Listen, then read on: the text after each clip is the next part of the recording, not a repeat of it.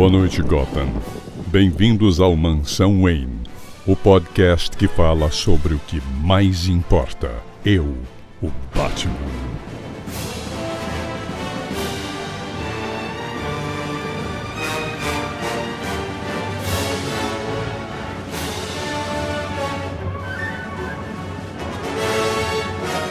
Boa noite, Gotham, bem-vindos a mais um Mansão Wayne, podcast que fala sobre o que mais importa. E hoje seguindo aqui a nossa ordem de leitura da série Um Conto de Batman, publicada ali pela editora Abril nos anos 90, 80, e que lá fora saiu na revista Legends of the Dark Knight. E para isso, a gente juntou aqui nossa bancada e um convidado especial, pela primeira vez aqui, estreante no Mansão Wayne, Clayton Silva, diretamente do Blockbuster. Tudo bom, Clayton? Tudo bom, galera? Rapaz, muita felicidade. E hoje é a prova que a tecnologia não bate o homem. Conseguimos, finalmente. A gente teve algumas dificuldades técnicas aqui para começar a gravar, mas foi que foi. E também aqui conosco, Thiago Brancatelli, o Branca. Tudo bom, Branca? A gente vai falar aqui de mais um gibi de super-herói que o Zack Snyder com certeza não leu. Nossa, sim. E também enciclopédia viva dos quadrinhos, Leonardo Vicente, o Bud. Falem animais, mas falar do Snyder também, a gente sabe que ele não sabe ler, né? Talvez ele tenha até olhado as figuras e falou, pô, que maneiro, ele com uma espada. E foi, foda-se. E meu co-apresentador, que ficou chocado com essa história, André Panceira. Fala, galera, sejam muito bem-vindos aqui ao Mansão Wayne, o podcast que fala sobre o que mais importa, que é dorgas. Dorgas muito fortes, porque é isso que define essa história. E eu acho que ainda bem que Zack Snyder não leu ou só viu as figuras disso daqui, porque eu acho que ele conseguiria fazer algo pior, né? Mas, enfim, vamos ver o que vai sair daqui, porque esse que apresentou todo mundo, o cara que se sentiu na maior noia de LSD da história, Carlos Vasquez. Oi, JP. Cara, que história maluca. Até comentei com vocês, essa série Encontro do Batman é uma parada que eu fui comprando em sebo, tal, acho que vários de vocês também, e guardando, né? E aí fui lendo depois, porque alguns eu consegui uma edição, depois a outra, tal. Eu acho que eu devo ter isso aqui há uns 20 anos na coleção, e eu achava que eu já tinha lido, porque eu confundi com outra, que é aquela Lâminas, não sei se algum de vocês leu, e também tem um cara com espadachim, com uma espada, eu achei que era a mesma história, eu nem me liguei que tinha duas. Faz sentido confundir esses nomes, né? Duelo e Lâminas. Faz sentido encaixa. mesmo. E ele tá com uma espada na capa e tal. Falei, deve ser a mesma história. Quando eu comecei a ler, primeiro que eu descobri que eu nunca tinha aberto, porque tinha umas páginas grudadas da umidade, sabe? Aquelas que fica, tipo, você tem que abrir com muito cuidado. Umidade. Vamos fingir que é umidade. Na verdade, os desenhos do Kate Giffen aqui no meio me agitaram na juventude. Mas, cara, é uma história muito doida. Então, pra dar um pouco de contexto aqui pra quem tá ouvindo e não tá ligado qual que é essa história. Essa história saiu lá fora no Legends of the Dark Knight anual, número 1. É o anual de 91. Então a capa é aquela coisa, né, que ela sai lá fora. Tipo, saiu como janeiro de 92, mas a gente sabe que eles colocam aquela data de recolhimento que é alguns meses depois. Então é ali, finalzinho de 91, saiu Legends of Dark Knight número 1, com uma capa maravilhosa do Mike Mignola, que aqui não usaram. Não entendo por que a Abril fez isso. Colocaram duas capas horrorosas, principalmente a da primeira edição. A segunda é parte da história mesmo que eles tiraram e meteram na capa, né? A primeira também, as duas são. Só que a primeira eles ampliaram tanto que nem dá pra perceber, mas é um quadro ampliado, que dá até pra ver que é meio grosseiro, assim, o jeito que eles ampliaram. O problema não é nem ter usado isso como capa, o problema é ter desperdiçado uma capa do Mignola, que é linda. Que é linda, isso que é foda. É verdade. A única explicação pra isso é que eles perderam fotolito, essas coisas assim que aconteciam nessa época, né, que a gente tem que lembrar que não era digital. Só pode. Eles tiveram que se virar com o que tinha. Não duvido nada que eles não tenham recebido até, né? Porque o negócio foi publicado com meses de diferentes. É verdade, tem essa também. Deve ter sido meio corrida a coisa. Aí faz sentido ter duas partes, né? Porque, pô, quando termina, tipo, e aí depois já começa a segunda parte, tipo, não tem nenhum sentido de ter sido dividido, né? Tá a comentar agora. Aqui saiu na revista Um Conto de Batman, no selo Um Conto de Batman, como uma minissérie em duas partes, ali em 92. E é bizarro, tipo, eles cortaram a história no meio e é isso aí. É meio maluco. Os outros anuais, que são mais gordinhos do que as mensais, aqui no Brasil também foram separados em duas edições, ou foi só esse? Cara, eu acho que o resto dos anuais não saiu nem na série Um Conto de Batman, porque o segundo anual é o casamento do Comissário Gordon, que aqui saiu no Batman anual também. Saiu no Batman anual 3. O resto são umas paradas meio malucas, assim, que já foi muito depois. Não tem conexão. Bom, eles estavam testando o formato, então. Exatamente. E uma parada que eu achei muito louca dessa história, que não tá escrito em nenhum lugar, mas é que quando eu fui pesquisar na internet sobre a história, eu localizei, é que assim, o começo da história, só pra gente já se localizar, é com o Batman num monte que fica na Coreia do Norte, fica na divisa da Coreia do Norte com a China, que inclusive eu pesquisei esse monte, como que chama? A montanha? Jorge. Você que pesquisou. Não, é que eu não tô com ele fácil aqui. Porra. Se chama Paektu-san. Paektu-san. Isso. É um vulcão que tem no norte da Coreia do Norte, na divisa com a China. Teoricamente é um vulcão ativo, e em cima do vulcão, a cratera do vulcão é um lago. E é um lago animal, assim, tipo, fiquei vendo fotos, todos os reviews que tem no Google é a galera falando que é o lugar mais bonito do mundo, assim, é muito bonito. Depois dá uma procurada no Google que vocês vão ficar bem impressionados com essa parada. Mas tem uma revista do Batman, número 431, de março de 89, ou um pouco antes, como a gente sabe que essas capas estão sempre com o mês errado, mas a capa é de março de 89, que mostra o Batman enfrentando uma equipe da Liga dos Assassinos, né, aqueles que a gente sempre associa ao Ra's al Ghul, que mataram um maluco. E aí o Batman vai enfrentar esses caras e percebe que eles fazem um golpe, que o cara que é o mestre que ensina esse golpe é um dos caras que treinou ele quando ele tava treinando pra ser Batman, quando era mais jovem. E aí ele vai no templo desse cara no norte da Coreia do Norte, nessa montanha, e confronta ele e fala, pô, você treinou assassinos. E aí o cara vira pra ele e fala assim, olha, eu não questiono a motivação das pessoas que eu treino. Eu nunca perguntei por que você veio treinar, e eu nunca perguntei pra eles por que eles vão treinar. Isso é um problema deles, não meu. E aí o Batman fica meio puto e acaba a história assim, quando ele indo embora, assim, indignado. E aí essa história aqui começa com o Batman nessa montanha, no frio, cansado pra cacete, carregando um pacote. E ele tá nessa montanha e ele encontra um túmulo. E quando ele entra no túmulo, ele vê que ele tá na porta de um templo, que é o templo onde ele treinou com esse mestre. E quando ele entra, ele encontra o mestre. Aí você vê que, tipo, é o único cara do mundo que ele se sente fraco na frente dele, desse mestre, que é um cara incrível. E é legal isso daí, porque, tipo, vai mostrando, né, ele com a dificuldade de carregar sacola, né, que parece ser uma sacola muito pesada, né? Tipo, a gente não sabe no início o que é essa sacola. Daí ele tendo dificuldade. Cara, parece aquele saco de boxe, não parece? Sei lá, parece um saco de dormir com um monte de coisa dentro. Parece aquele mochilão de militar, né?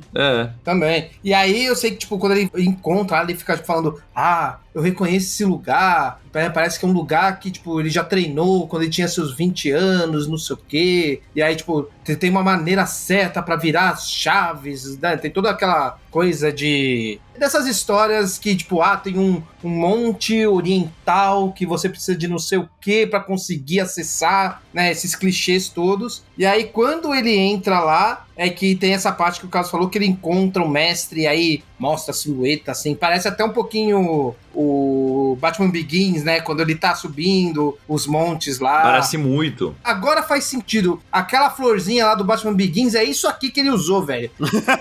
Porra. Cara, inclusive, só um complemento antes de você seguir, a história que mostra que ele treinou com esse maluco, essa história que eu citei antes, teve, na época do Batman Begins, saiu um quadrinho que era a adaptação do filme e mais algumas histórias do Batman. E essa história saiu, ou seja, foi uma seleção das histórias que eles consideravam que tinham a ver com o filme. Então, pô, essa parada de treinar nas montanhas e tal, com o mestre, talvez seja uma das histórias aí que foram usadas como base pro Begins. Isso dele abrir a maçaneta lá, a chave de tal jeito, também mostra que é um lugar seleto, né? Um lugar para poucas pessoas que foram lá treinar. É um lugar que o Batman tem como precioso, porque ele respeita pra caralho o cara que treinou ele também lembra de tudo que tá lá. Então é pra mostrar a importância desse lugar pro Batman e como é seleto a entrada de qualquer pessoa nesse lugar. Mas só um pequeno comentário. Cara, essa barbinha dele parece que ele tem 50 anos quando chegou pra treinar, né? Pelo amor de Deus, cara. Que coisa horrível, né? Se queria dizer que ele tava há tempos fora de casa, não precisava fazer esse bigodinho diamante latino. Mas você nunca viu aqueles vídeos mostrando como era, tipo, Em Nome do Amor, que o cara fala que tem 22 anos e parece ter 50 anos? É mais ou menos isso. É isso, cara. É esse Bruce Wayne. Tipo anos isso. 80 era Porque assim. ele tinha uma navalha pra fazer na montanha, sei lá onde ele tava, o desenho do bigodinho do Paco, o amante latino, mas não tinha pra cortar o resto. Não, ele tá uma vibe de personagem bíblico, assim, né? Ele fazia a barba com o dedo do mestre dele, que nessa imagem dá pra ver que parece uma cauda de escorpião o dedo do mestre dele.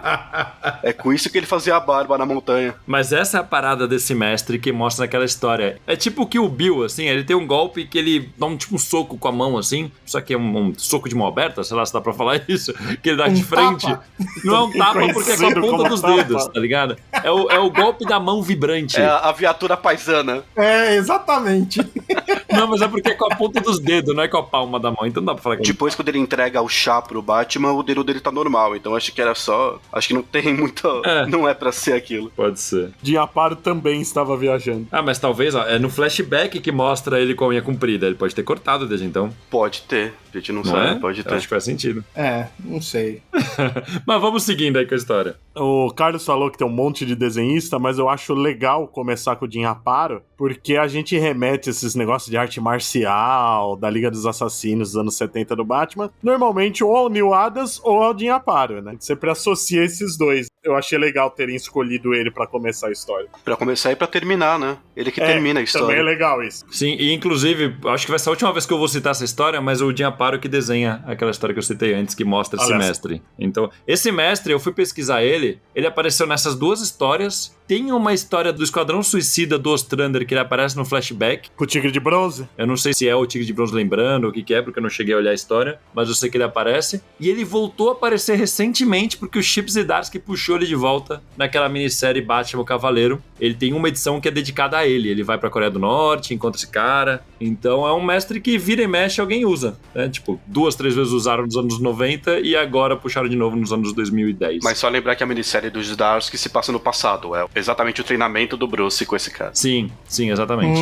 A maior parte das vezes que ele é citado é em flashback, e aí nessa do Zdarsky, nessa outra do Batman antiga lá que eu falei antes, aparece, e aqui, né, novamente aparece o Batman falando com ele. Mas aí vai seguindo, é legal porque começa um papo de que o Batman ignorou o aviso dele, né, que o aviso dele era que, tipo, as técnicas de combate iam destruir ele, e ele está sendo destruído por isso, e aí mostram umas imagens dele batendo no Ra's al Ghul, no Coringa. O que eu entendi não é que bem as técnicas de combate, eu acho que é o uso que ele faz dessas técnicas de combate. A vida dele, né? Né? Eu acho que é isso. Sim. Eu acho interessante que o Jim Aparo teve o cuidado em cada quadro, com cada oponente, ele já começa a ter todo um remember, o mestre falando com ele, de posicionar não só em situações que sejam a ver com esses oponentes, mas, por exemplo, aquela história ali, ele tá sem camisa com Ra's al Ghul, depois ele não tá espancando o pinguim, ele tá só pegando e controlando o pinguim, já com duas caras ele tem uma reação diferente, e por último eu não vou falar, mas aí tem quase um spoilerzinho ali, quando vira a página, eu achei bem interessante o jeito que foi montado, Sim. Depois que tu lê a história inteira, né? Cara, essa história é uma história que quando você fecha ela muda muito o significado e você pega do começo de novo, né? Então, é legal agora tá folheando enquanto a gente conversa, porque a gente vai pegando várias coisas mesmo. Sim. Cara, e é isso, tipo, aí ele começa a falar que ele deveria fazer uma escolha, né? Tipo, que ele deveria abandonar esse destino e encontrar paz, né? Tipo, começa um papo assim de meio de monge mesmo, né, cara? Pô, vem meditar, vem ficar aqui. E o outro, tipo, a segunda opção é você entrar de vez, você não fica nessa barreirinha, né? Tem que entrar com tudo nesse caminho que você foi. E ele fica, mas como? Como que eu vou fazer isso? E aí ele dá um chá, o Batman toma um chá, aparece uma porta maluca e fala, agora atravessa aquela porta. É, e cara, na hora que ele oferece o chá na minha cabeça, eu já assim, tipo, quer um chá, meu filho? Sabe, já ficou isso, já comecei, tipo, ai caralho, eu já vou dar risada aqui, tipo, e não tem nada a ver isso com a história. Quer um chazinho? Quer um chazinho? É benção, velho. Você sabe que aqui no Rio Grande do Sul tem dois tipos de chá que fazem isso, né? Um a gente chamava antigamente, né, de chá de cartucho, e o outro de chá de fita cassete. Então me perguntem por quê, isso eu só ouvi falar. O chá de fita eu já ouvi falar. Chá de fita é famoso aí por coisas horríveis, mas enfim. O legal desse começo é como ele despista do que vai ser realmente o final, né? É difícil comentar essa história sem analisar ela pelo foco do que a gente já sabe que é o final. A gente vai tentar aqui. É muito bem pensado como tudo vai despistando pra ter uma lógica sequencial para as coisas acontecerem, pra despistar da realidade do que o final mostra. Sim, eu acho bastante bem construída. Porque quando você tá lendo, cara, é uma loucura. E assim, ainda não começou a loucura, vai começar agora.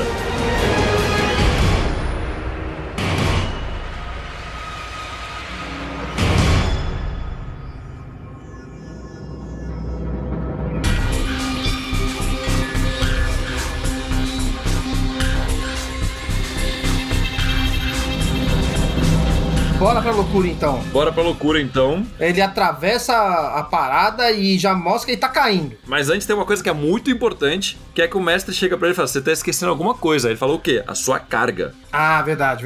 E deve ser muito importante. Eles fazem questão de falar, ó, você vai ter que atravessar isso e levar essa carga e cuidar dela. É engraçado que em português é carga, em inglês é burden, né? Que é tipo, é como se fosse um peso, é como se fosse... Um fardo, né? Um fardo, né? É, um fardo, exatamente. Tem vários sentidos, pode ser uma carga, pode ser só uma sacola mesmo, mas pode também ser uma coisa mais emocional, pode ser uma parada completamente diferente. É bem metafórico tudo. Uhum. E dá a entender isso mesmo durante a história, né? Conforme vai seguindo. E logo em seguida, né? Não demora muito, já parece que é isso, porque o Batman ele vai caindo, né? Nesse lugar, e aí ele tem que subir, e aí, tipo, até fala, poxa, se não tivesse com isso, ele demoraria muito menos, não sei o quê. Sim. Inclusive, nessa página que mostra ele passando a porta e caindo, já muda o desenhista e quem começa a desenhar agora é o Kate Giffen, que é o traço Sim. malucaço angular do Kate Giffen, que a gente que tá acostumado com ele roteirista não associa, né, cara? Mas o traço dele é uma parada bem sombria. E é o Giffen total no estilo de quando ele fez aquela minissérie do Senhor Destino com o Dematteis. Sim. Aquelas histórias curtas que ele fez do Rastejante, né, também. E é a parte da história também que tanto tematicamente quanto no traço se assemelham mais à capa do Mignola, né?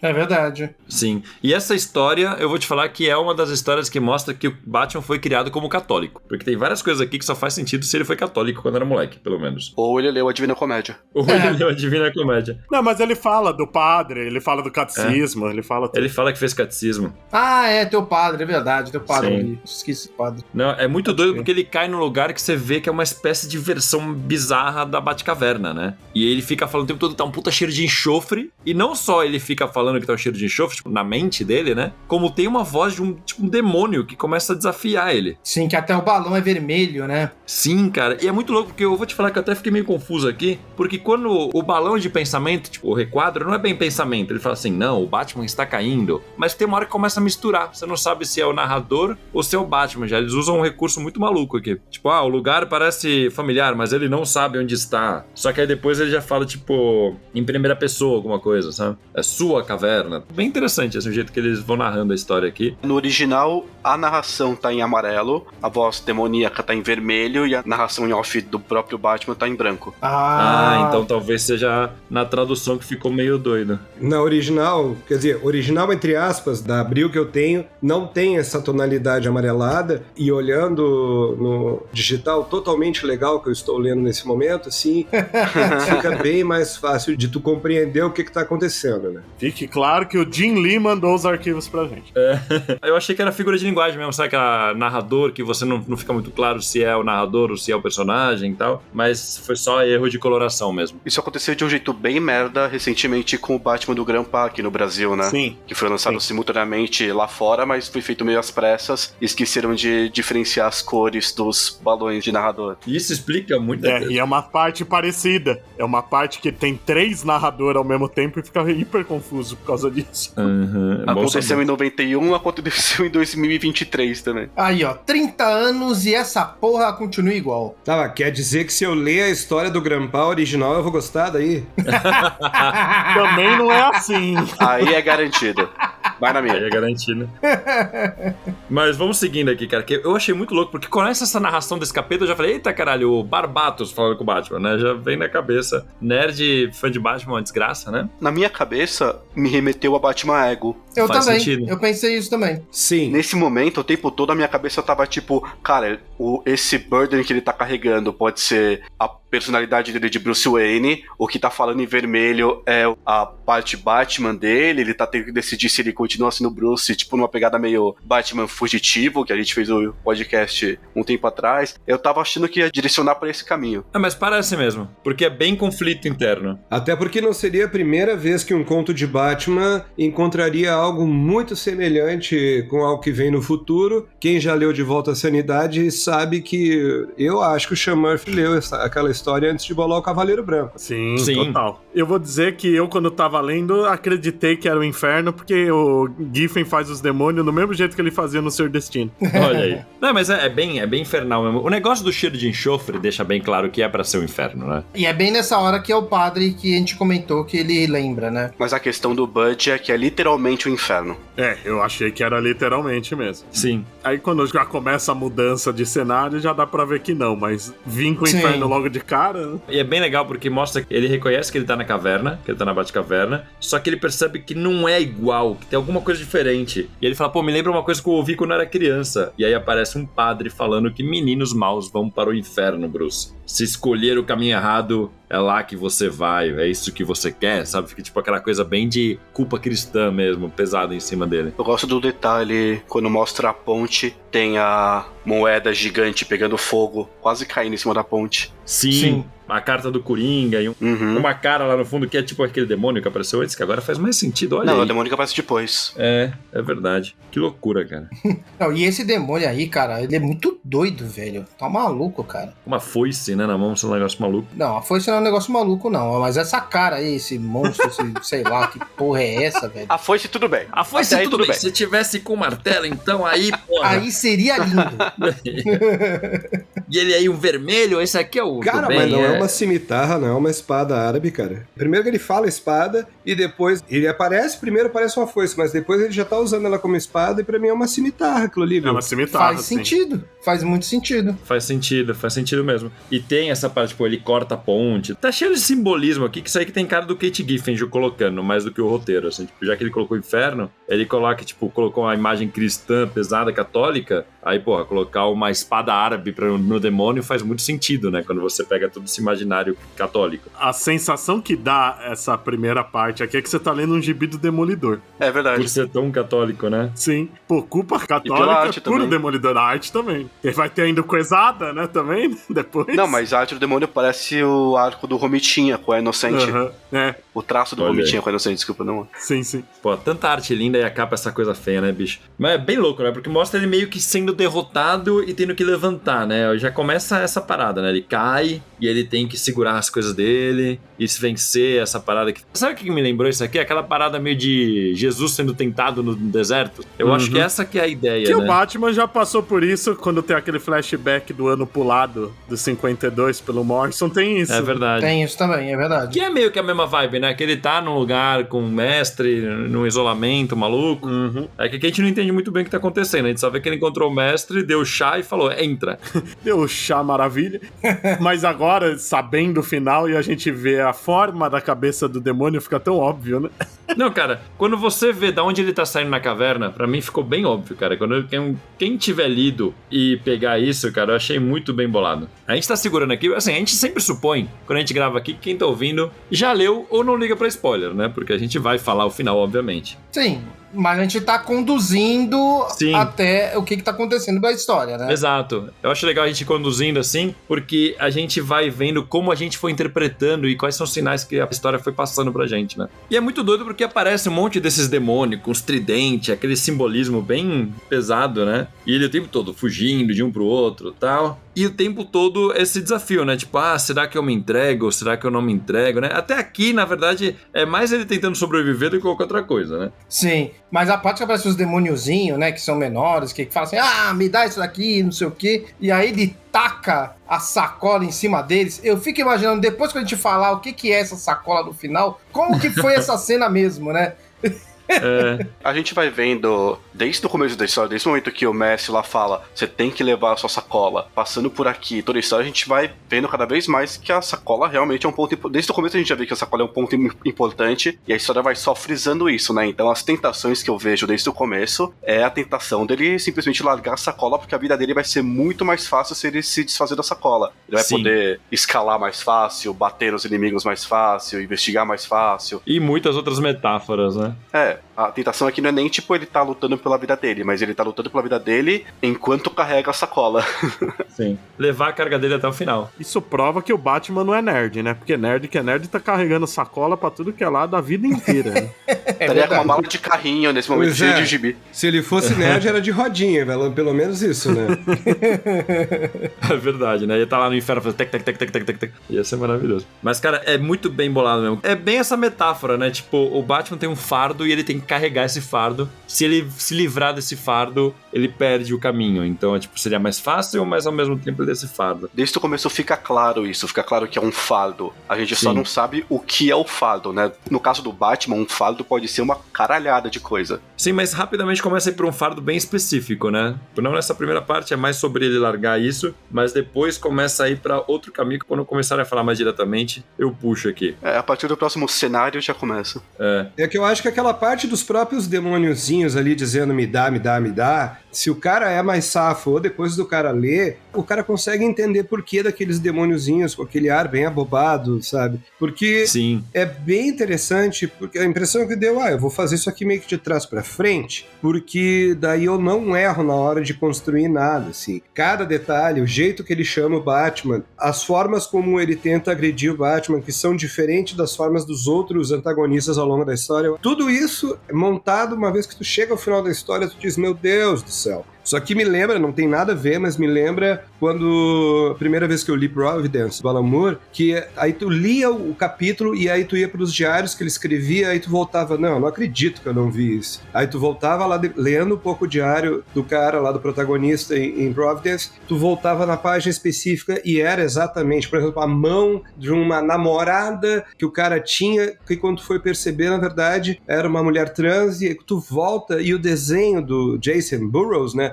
ele mostra que aquela mão não é uma mão feminina. Então quando tu chega ao final de Batman Duelo e tu volta, tu começa a ver cada pequeno detalhe mostrando, mas estava na cara o tempo inteiro, né? Sim. É um gibi que com certeza ganha muito numa releitura, né? Uhum. Nessa pegada de mostrar a gente, desde quando já sabe que tá mostrando o psicológico do personagem, né? Sim. A gente é despistado naquele começo pra achar que, ele tomou um chá, ele deve estar tendo a situação. Então a gente vai catando mesmo, cada detalhezinho, cada coisa mencionada e tudo mais, a gente sabe que foi colocado ali por um motivo. A gente não sabe qual é o motivo. É o que o Clayton falou, quando a gente volta, a gente vai pegando essas partezinhas que a gente sabe que tem um motivo, a gente não soube na hora, e daí a gente vai atribuindo um sentido pra tudo isso. Sim, e aqui, quando ele tá pra sair da caverna, aí eu acho que pela primeira vez ele pega o ponto que é o que pra mim pegou forte durante toda a história, ficou muito mais claro no final, claro, que é quando esse demônio chega pra ele e fala, Bats, meu chapa, é melhor usar esses dedos para tirar minha vida. Entenda, o frio é um tormento pra mim. Se eu conseguir subir até lá, creio que estarei furioso e vou fazer muita maldade. E aí o Batman vira pra ele e fala, isso é problema seu. Ele fala, não, mas eu escolhi ser mal, eu sou mal, sou vil, sou odioso, eu vou sair daqui, eu vou corromper muita gente, e você tem o poder de me destruir. Sim, é isso aí que eu falei, que no cenário seguinte já dava a mensagem que você tinha falado, é isso aí.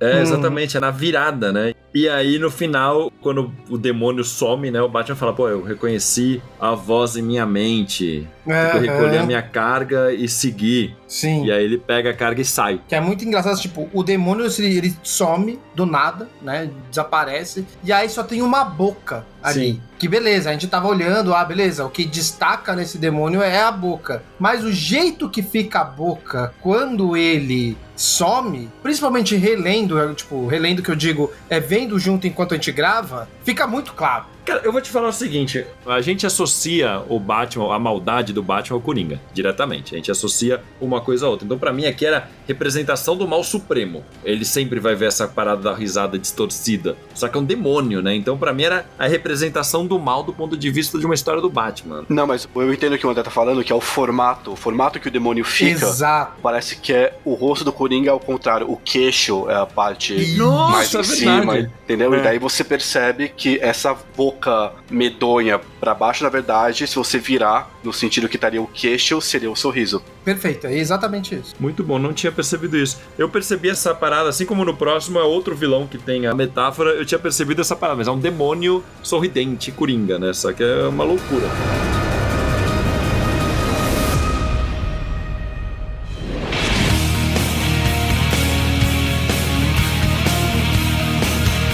E vamos dar uma pausa para falar sobre o nosso catálogo Catarse Assinaturas, onde você, querido ouvinte, pode se tornar apoiador do Mansão Wayne. É isso aí, tem modalidades de apoio a partir de R$10 e a partir de 15 já pode fazer parte do nosso grupo secreto do Mansão Wayne no Facebook e ter seu nome eternizado em um podcast. E os mansãoneiros de hoje, apoiadores do Catarse, são Rodrigo Milfonte Moreno, Gustavo Rezende Mendonça, Aline Aparecida Matias, Cláudio Bento de Oliveira e Érica Fernanda Silva. Então já sabe, se quiser nos apoiar, é só acessar catarse.me/Mansão Wayne e escolher a categoria que você achar mais interessante. E bora de volta pro papo que tá muito bom. Vamos lá.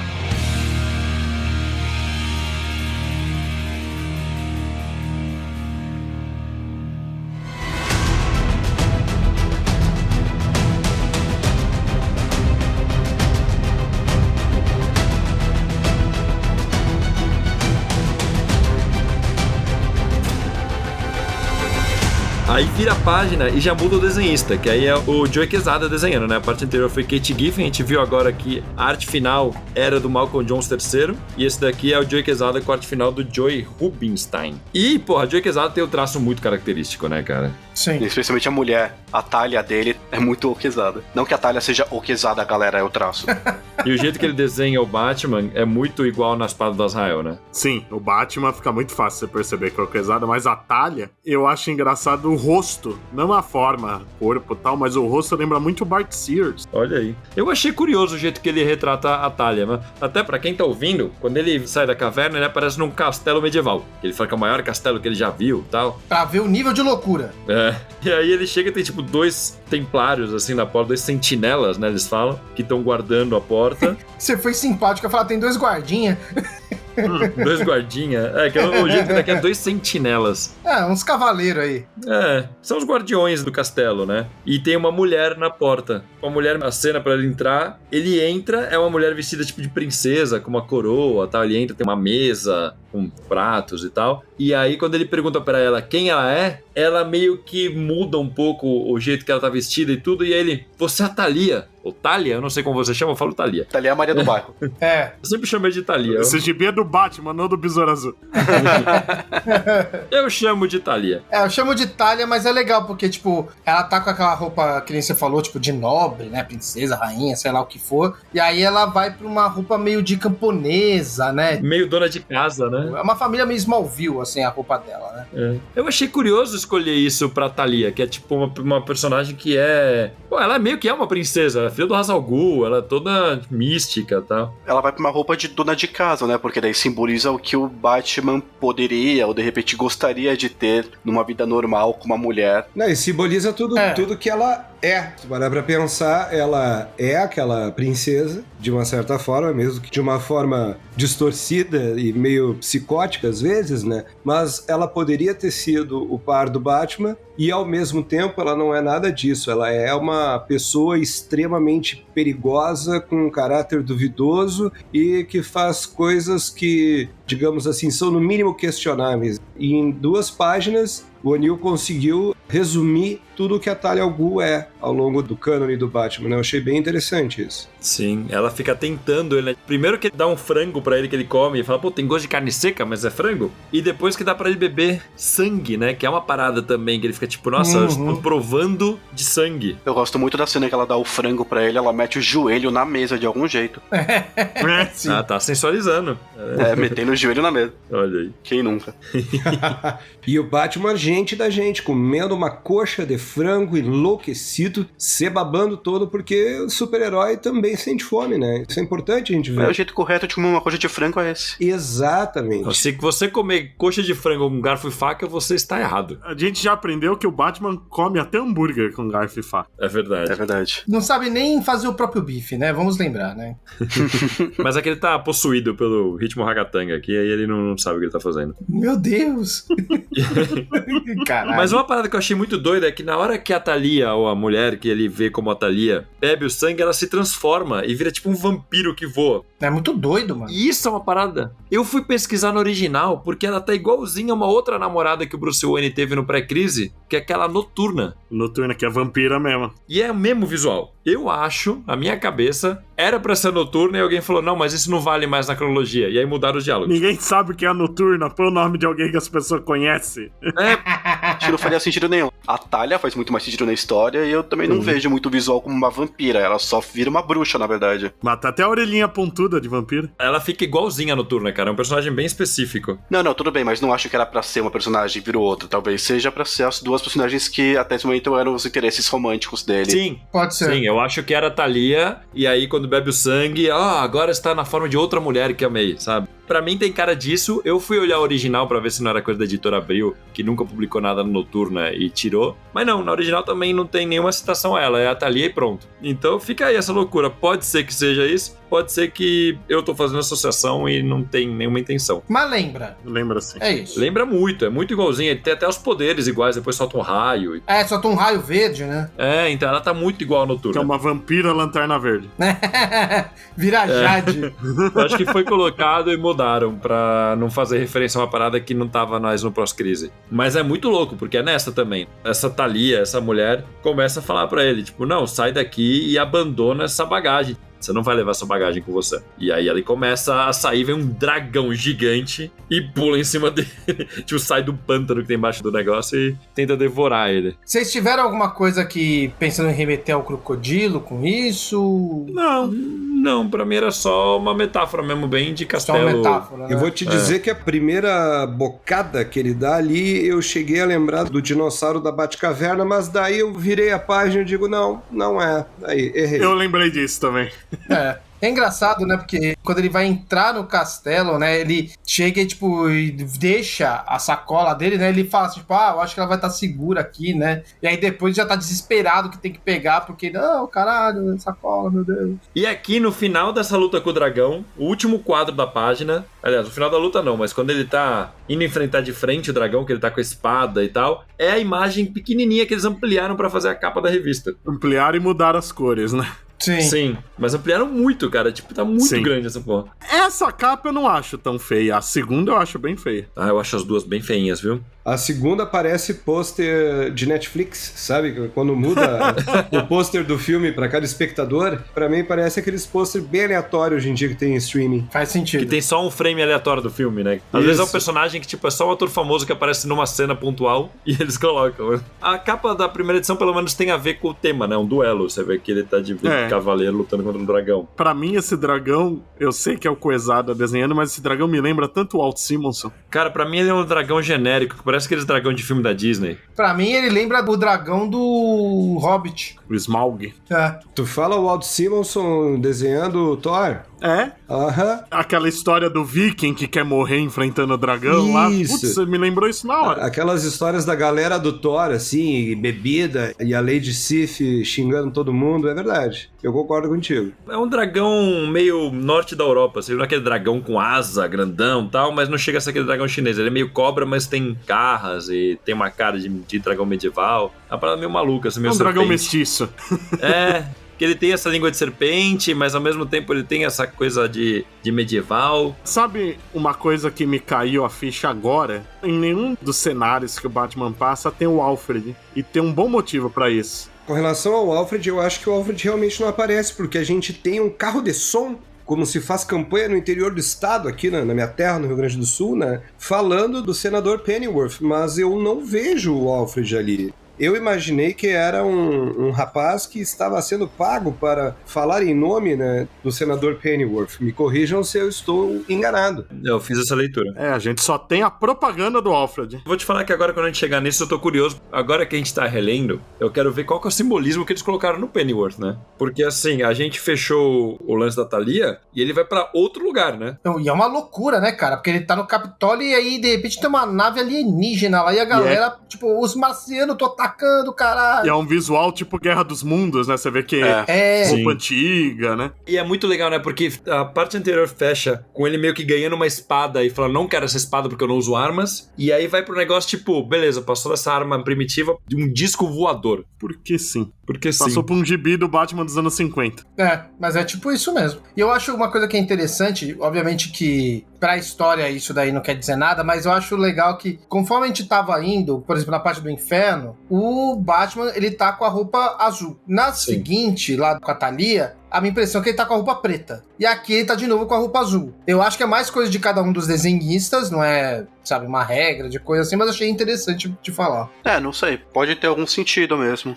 Porque a cor é tudo do mesmo cara, tudo cor do Steve Oliff. Só a arte final que muda. Mas eu acho que a roupa fica preta por causa da arte final, porque os brilhos estão azuis. Uhum. Mas sim, é interessante ver como cada ambientação dá uma cara diferente pro Batman, né? Tudo bem que é por causa dos desenhistas, mas provavelmente as ambientações foram escolhidas já com os desenhistas em mente, né? E aqui é o Tom Lyle, né? Desenhando. Bem legal o desenho dele. Caralho, metade da equipe criativa desse gibi morreu. Foda, né, cara? Inclusive o roteiro. Mais da metade, eu acho. E eu acho legal que essa é a parte onde quebra na minissérie quinzenal brasileira e começa a parte 2, que é um momento que eu lendo, eu me lembrei, porque eu já comprava quadrinhos eu mesmo, pra mim mesmo, né? E foi quando veio a famigerada tabelinha da editora Abril Jovem, por causa que a época, se eu não me engano, eram cruzeiros reais, né? E tinha todo aquele lance de inflação, troca de moeda, e de 9.650 cruzeiros reais passou para a tabela B19. Veja a tabela. Sim, e tem uma página inteira explicando que é por causa da inflação galopante, Bem interessante. Eu acho que é um registro histórico da história de publicação de quadrinhos no Brasil, essa página. É, sim. Inflação era culpa do PT, né? A gente sabe. Era culpa do PT. O Lula, naquela época, ali em 92. É engraçado porque a gente tem o inferno, daí a gente tem a parte medieval, que também, pra mim, quando eu tava lendo, eu achava que podia ser também um nível do inferno, sabe? Por ter o dragão e tudo mais. Bem Inferno de Dante também, né? Podia ser um dos níveis do inferno. Aqui, que já vai pros anos 50, numa invasão alienígena no Capitólio, a gente já percebe que tá bom, então não é o Batman indo nos levels do inferno. Tem uma outra coisa aqui acontecendo. Mas tem no outro nível de inferno aqui, que é a inflação também, que pega bem no meio da história. Inflação galopante, exatamente.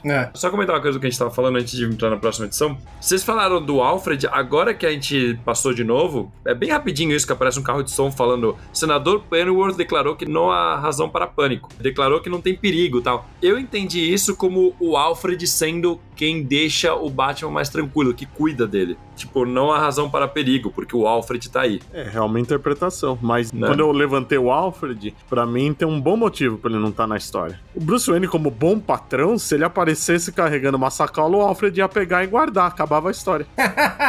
Bem pensado, faz sentido. É tipo isso. É um bom ponto. Dá o anel pro Sam e não dá pro Frodo. Vê se tem 3 filmes do Senhor dos Anéis. Não tem, rapaz. Era um conto, no máximo. Eu pensei que pode ser só o Bruce tendo que dar nomes pra os personagens dessa viagem dele e ele dá nomes de pessoas que ele conhece. Eu até pensei, tem o Major Patching. Eu até pensei, será que Major Patching, será que Patching seria o nome de alguém também que em algum momento aparece na mitologia do Batman? Pattinson. É o pai do Pattinson, claramente. Pode ser isso aí. Sim, foi Dennis O'Neil já, né, à frente. Prevendo. Mas é muito doido, né? Porque aí a nave espacial chega e se choca ali com o Capitólio, né? Uma cena bonita, né? Que poderia acontecer. Eu digo que uma cena que destrói tudo, assim. E aí o Batman, ele chega e ele tá engraçado que ele tá carregando a mochila com as duas mãos, assim, tipo, e ele... tem uns militares ali, eles devem saber de alguma coisa ou precisam de ajuda. E aí vai estar lá. E aí na versão nacional acaba aí. Sim, acaba a primeira parte bem aí. E aparece continua no cantinho, né? E aí você vai pra próxima edição. Que é uma loucura também, né, bicho? É que ainda é a mesma edição. Sim, mas eu achei o jeito que eles cortam bem interessante, porque começa com um alienígena insetoide prateado gigante saindo de cima do Capitólio, meio holográfico, falando que ele exige sacrifício de 1 milhão de seres humanos, ou senão ele vai aniquilar todo o planeta. Sim, e aí o majorzinho ali chega e fala assim, vou te dar a resposta aqui, ó. Vai, porra nenhuma aqui, seu filho da puta. Fica todo mundo enfrentando ele de frente, né? Tipo, vem aqui então. E aí solta um rainho lá que derrete as armas tudo. Derrete as armas, derrete o carro de som. Quando eu tava lendo, eu tava interpretando que ele derretia tudo que era metálico. Mas aí você começa a ver que não, porque tem muita coisa ainda que tá. Tipo, os capacetes ainda estão aí e tal. E aí tem uma parada que eu acho muito engraçada aqui, cara. Que é que o insetoide lá, alienígena, fala que ele precisa de energia psíquica de seres suficientes. E ele tá sem combustível, por isso que ele precisa de vidas humanas. Sim. Mas se um campeão da espécie deles enfrentar ele e ganhar, ele se retira. Mas só uma coisa antes. Só voltando na parte do Alfred aí. que quando eu li, e aí chega e derrete o carro, porque ele tá falando, e aí quando o carro termina de derreter, ele chega e ele termina de falar Danger. Pelo estilão do cara, eu imaginei que fosse tipo o Alfred, só que mais jovem. Pode Que ser. é magrelão, cabeçudo, cabelinho de inglês, sabe? Eu tive essa impressão. Pode ser. A gente vê depois que parece não ser tão relevante. Pode ser que seja uma metáfora que a gente não pegou ainda, né? É. Mas isso que o Jota falou de derreter metal e tudo mais, isso é explicado do final do confronto do Batman com esse alien. Sim. Eles explicam, bem interessante. Mas aí a parte que ele fala que tem que enfrentar um campeão, e se o campeão vencer, ele se retira, eu acho muito engraçado porque o militar fala, eu vou te encarar, pode começar, tal. Aí o Batman vira assim, com todo respeito, mas eu vou lá lutar com ele, você não... Ele, não, você é um civil, eu sou um guerreiro. Aí o Batman dá um tapinha na pança do guarda, assim. Quem sabe depois de umas sessões de ginástica e perca alguns quilos, e aí depois você volta. É o Ted College esse. Ele, seu orelhudo arrogante, seu orelhudo, ele manda seu orelhudo. E aí ele vai embora e aí o outro militar lá, soldado, começa a dar risada.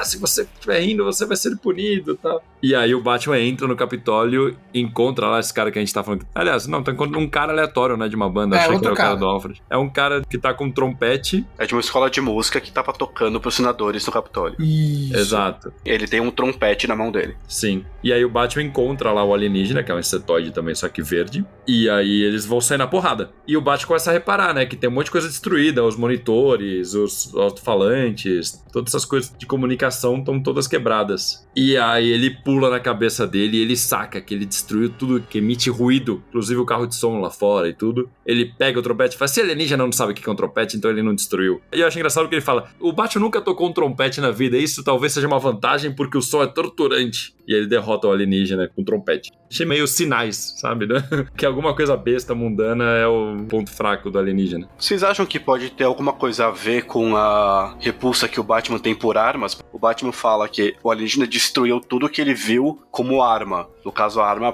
tanto dos militares, carro de som, qualquer coisa que desse ruído. Isso, vocês acham que pode ser direcionado à repulsa que o próprio Batman tem de armas? É uma boa, faz sentido. Pode ser. Eu não pensei nisso nesse momento, mas sim mais pra frente. Mas faz sentido o que você tá falando. Ele pode derrotar com a inteligência, né? Que vem de dentro dele, a energia que pode fazer ele derrotar o inimigo e não precisa de uma arma. Seria meio que isso. Batman com trompetinho é uma parte maravilhosa. É muito bom. Eu já viajei numa pira muito mais, sei lá, cara, Torre de Babel. Eu acho que quer mostrar que o Batman, desde que ele saiba como anular esses seres que não são daqui, ele não se importa de coexistir com esses seres, entendeu? E aí tu bota o Ajax, tu bota o Superman, tu bota todos os alienígenas que podem compor aí todo o lore da DC, assim. O Batman, ele precisa ter a noção de como anular caso aquele perigo que venha de fora se manifeste, assim. A minha pira foi muito mais nesse sentido. Faz sentido. Eu sei que o fogo te mata, pode ficar aí. Eu sei que a kryptonita te mata, eu descobri qual é o teu segredo. Faz sentido. Tipo, mostra a inteligência do Batman sobrepondo a força bruta, né? Mas isso tem, pelo menos, quase todos os cenários. Por exemplo, o dragão, ele tem a chance de enfiar a espada no olho do dragão, atingindo o cérebro e matar ele. Ele tem que usar a inteligência pra conseguir ir pro outro lado. Então ele quebra a estaca e prende a boca do dragão. Aqui ele tem a chance de matar o alienígena, mas ele prefere usar aquilo de arma só pra baquear o alienígena e depois falar, não, pode ficar aqui. O Hitler também, até fazendo um pouquinho mais da frente, ele sabe que ele vai em cima do Hitler porque ninguém iria tentar atingir ele, podendo correr o risco de acertar o Hitler naquele momento. Então ele também usa a inteligência dele para aquilo. Então todos os desafios que ele tá passando aqui tem duas coisas. Um, ele usa a inteligência acima de tudo. E dois, ele se recusa a tirar a vida do inimigo dele. Mesmo que seja o inimigo pedindo, mesmo que seja a Talia falando pra ele matar o inimigo, ele se recusa a isso. E ele também tem que usar a inteligência dele para conseguir um outro caminho. E aqui eu acho que tem uma parada que eu acho que é a grande metáfora desse alienígena também, que é a parada de que o alienígena fala que o negócio de que ele precisa de combustível das almas das pessoas lá, da energia psíquica, sei lá, era mentira, que na verdade ele tá sendo incompetente e no planeta dele, ou ele mata o inimigo, ou ele morre em combate. Ele não pode voltar sem matar o inimigo vivo. Então ele fala assim, olha, ou você me mata com esse trompete, por favor, me mata com o trompete, porque meu código manda isso. E o Batman fala assim, não, também tem um código, meu código diz que eu não posso matar. E aí o alienígena fala, então eu posso ficar por aqui, me asilar no seu planeta? Ele fala, se quiser, pode. Chorando, né? Chorando. O alienígena conhece a compaixão quando você poupa o inimigo. Eu acho bem legal, eu acho uma mensagem bonita pra uma coisa tão brega que nem o alienígena batendo no Capitólio. E que também é brega, essa também coisa de compaixão, vamos ser sinceros. Não, mas é bonito, eu acho bonito, eu acho que combina com o personagem. Não tô falando que não é bonito, eu tô falando que é brega. Ah, sim. É brega, mas é bonito, já dizia Renato Russo. Ok. E aí ele vai embora entrando na nave, que é uma coisa que eu não sei de onde ele tirou que ele deveria entrar na nave, mas ele fala, deve ser por aqui. Mas até aí, e da história inteira, tipo, ele não sabe pra onde ele vai, né? Eu tenho que subir, eu tenho que ir pra não sei aonde, eu tenho que atravessar. A única coisa que tinha pra ele subir e atravessar era ali, né? É rolê videogame, né? Tipo, você tá numa parada e de repente você vê que tem uma saída pra um lado. É pra lá que você vai. Não, mas eu acho que deixa explícito que uma parte do Batman sabe que ele tá numa viagem doida. Desde o momento que ele bebe o chá e ele entra pela porta do mestre dele, ele parece uma parte dele tem uma noção de que ele tá num rolê doido, outra parte dele leva aquilo como real, que é até a parte que não se permite matar a galera que ele tá encontrando, mas ele sente só que ele tem que ir em frente, ele sente que é um desafio dele. Tem até no começo tem uma parte interessante que ele fala que quando ele abre a porta e cai lá no inferno, ele não sente dor. Ele até pergunta, será que eu tô com uma roupa especial pra isso? Ele nem tem noção. E no fundo da cabeça dele, ele sabe que é uma viagem que ele tá tendo, que aquilo não é necessariamente real, enquanto uma outra parte dele tem que enfrentar aquilo como se fosse uma coisa real. Então, isso dele entrar na nave é tipo, cara, sinto que o meu caminho é por aqui, então eu vou seguir por aqui. E aí, quando ele entra na nave, começa outra viagem, que aí começa o traço do Dan Spiegel, que aí ele faz tanto arte quanto arte final, que é muito louca, né? De repente ele tá no meio da lei seca, né? É, eu achei isso muito doido, Essa é a parte mais fraca pra mim. Também acho. Eu também achei. Vendo um confronto entre polícia e mafiosos que estão levando bebida do Canadá. É. Mas a arte é sensacional, cara. Desculpa, A arte mas é linda. é a parte que eu achei mais bonito de todo o quadrinho, assim. Eu não sei dizer se pra mim é a mais bonita, mas é a que chama mais atenção por ser a mais diferente pra mim. Eu acho a mais diferente de todas, e eu acho que combina com aonde tá localizado num tempo histórico, vamos dizer assim. É um traço que combina com gangster, combinaria também com o Velho Oeste, sabe? Ele combina com essas coisas meio lutas de pessoas de terno e arma. É isso. É. Não que use terno e arma no Velho Oeste, mas tudo bem. Ah, aquelas roupinhas de cowboy, não é tão diferente. Ai, caralho. Sempre tem um cara de chapéu de coco e terno no Velho Oeste. Cara, mas ele desenha máquinas como poucos, assim. O caminhãozinho ali que leva as bebidas e o trem, olha, deve ser algum tipo de fetiche que ele tem, mas que é muito legal, é. E na verdade, a grande treta daqui é que os mafiosos pegam a bagagem dele meio que porque sim, não tem um motivo. Ele deixa de lado e os caras pegam e põem no carro. E aí ele tem que ficar indo atrás dos caras pra pegar. Ele rouba um carro e tal. Tem uma parte que eu achei muito engraçada. Quando ele confronta os caras, já é diretamente no lugar que eles vão deixar a mercadoria. E aí ele fala assim, eles entraram lá dentro, é um bar ilegal, eles chamavam de speakeasy, equivalente a uma casa de crack hoje. Falei, caralho, mano. Nikiz era o lugar, era os barcos clandestinos, né? Os caras colocaram como paralelo uma biqueira. Mas enfim, é isso. Realmente, eu acho essa história mais fraquinha. Sabe quem me lembra muito o traço e até a arte final? O Howard Chaykin. Lembra? Sim, lembro. Né? Essa parte que mostra o mafioso olhando e com a lanterna e tudo mais. Tem muito do Howard Chaykin aqui. Verdade, faz sentido. Curiosamente, o que eu acho que ele desenha pior é o Batman. Sim. Ele é bem distoante do resto, né? Inclusive, ele esquece o uniforme e a gente tem uma visão do pescoço do Batman, que é algo muito raro. Vocês podem ver na página 46 do quadrinho nacional. É verdade. Onde ele fala, abaixo do piso, enfraquecido por buracos, abaixo, ele tá caindo. E pela primeira vez nós vemos o pescoço do Batman de uniforme. A última vez que eu tinha visto o pescoço assim era nos crossover com o Scooby-Doo, no desenho animado, que eles pintavam errado. É sempre Então, com tá falha que a gente vê o pescoço do Batman, só assim. Uma parada que me incomodou nessa história é o jeito que ele trata os mafiosos. Porque, porra, na outra história ele poupou o alienígena e tal. Aqui, um dos mafiosos que tá só levando a carga cai num lugar que tá pegando fogo e ele fica assim... A queda fez que ele desmaie. Ele vai assar. E daí? Daí que ele é um ser humano. Não posso deixar que ele morra. Caralho, ele pensou em deixar morrer um cara só porque ele é um contrabandista, tá ligado? Eu acho que isso pode remeter um pouco ao fato dessa história ser mais próxima da origem da época da origem do Batman, né? Que na primeira aparição o gangster cai e ele fala, e daí? Foda-se, é só um merda que morreu. É verdade. Olha aí. Por ser próximo da época, pode remeter àquele Batman específico. Sim, que fazia isso. Teve o fim que mereceu, paciência, e vai embora. Uhum. E não é só isso, né? Porque ele salva o cara, né? Ele fala isso daí, não, mas é um ser humano, aí ele carrega o cara, cai na água, e aí muda o cenário e foda-se o cara na água. Isso me incomodou também. Vou supor que o cara caiu na água e consegue nadar. Corre com a edição, gente. Corre com a edição. Foi tipo isso.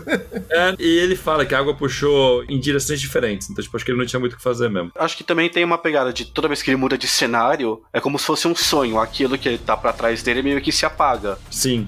E ele sabe disso, né? É como se ele só seguisse em frente e ele não tivesse muita memória de nossa, quando eu enfrentei aquele dragão, sabe? Ele só segue em frente. Então acho que o mafioso vai pra água e tudo mais, o Batman tá preocupado em, tô numa água congelada aqui, quase morrendo, preciso sair. Quando ele sai, ele só segue em frente, ele não tem mais memória daquilo que acabou de acontecer. E agora, pra mim, é o desenhista que mandou melhor, que é o James Blackburn. Porque esse primeiro Batman que aparece dele desenhando, eu gostei. Eu gosto desse capuz, tipo, pretão. Eu acho feio pra caralho. Não, eu acho bonito. Eu acho bonitão. Eu acho bem bonito. Essa imagem específica eu acho feia. A que foi pra capa eu acho bem feia.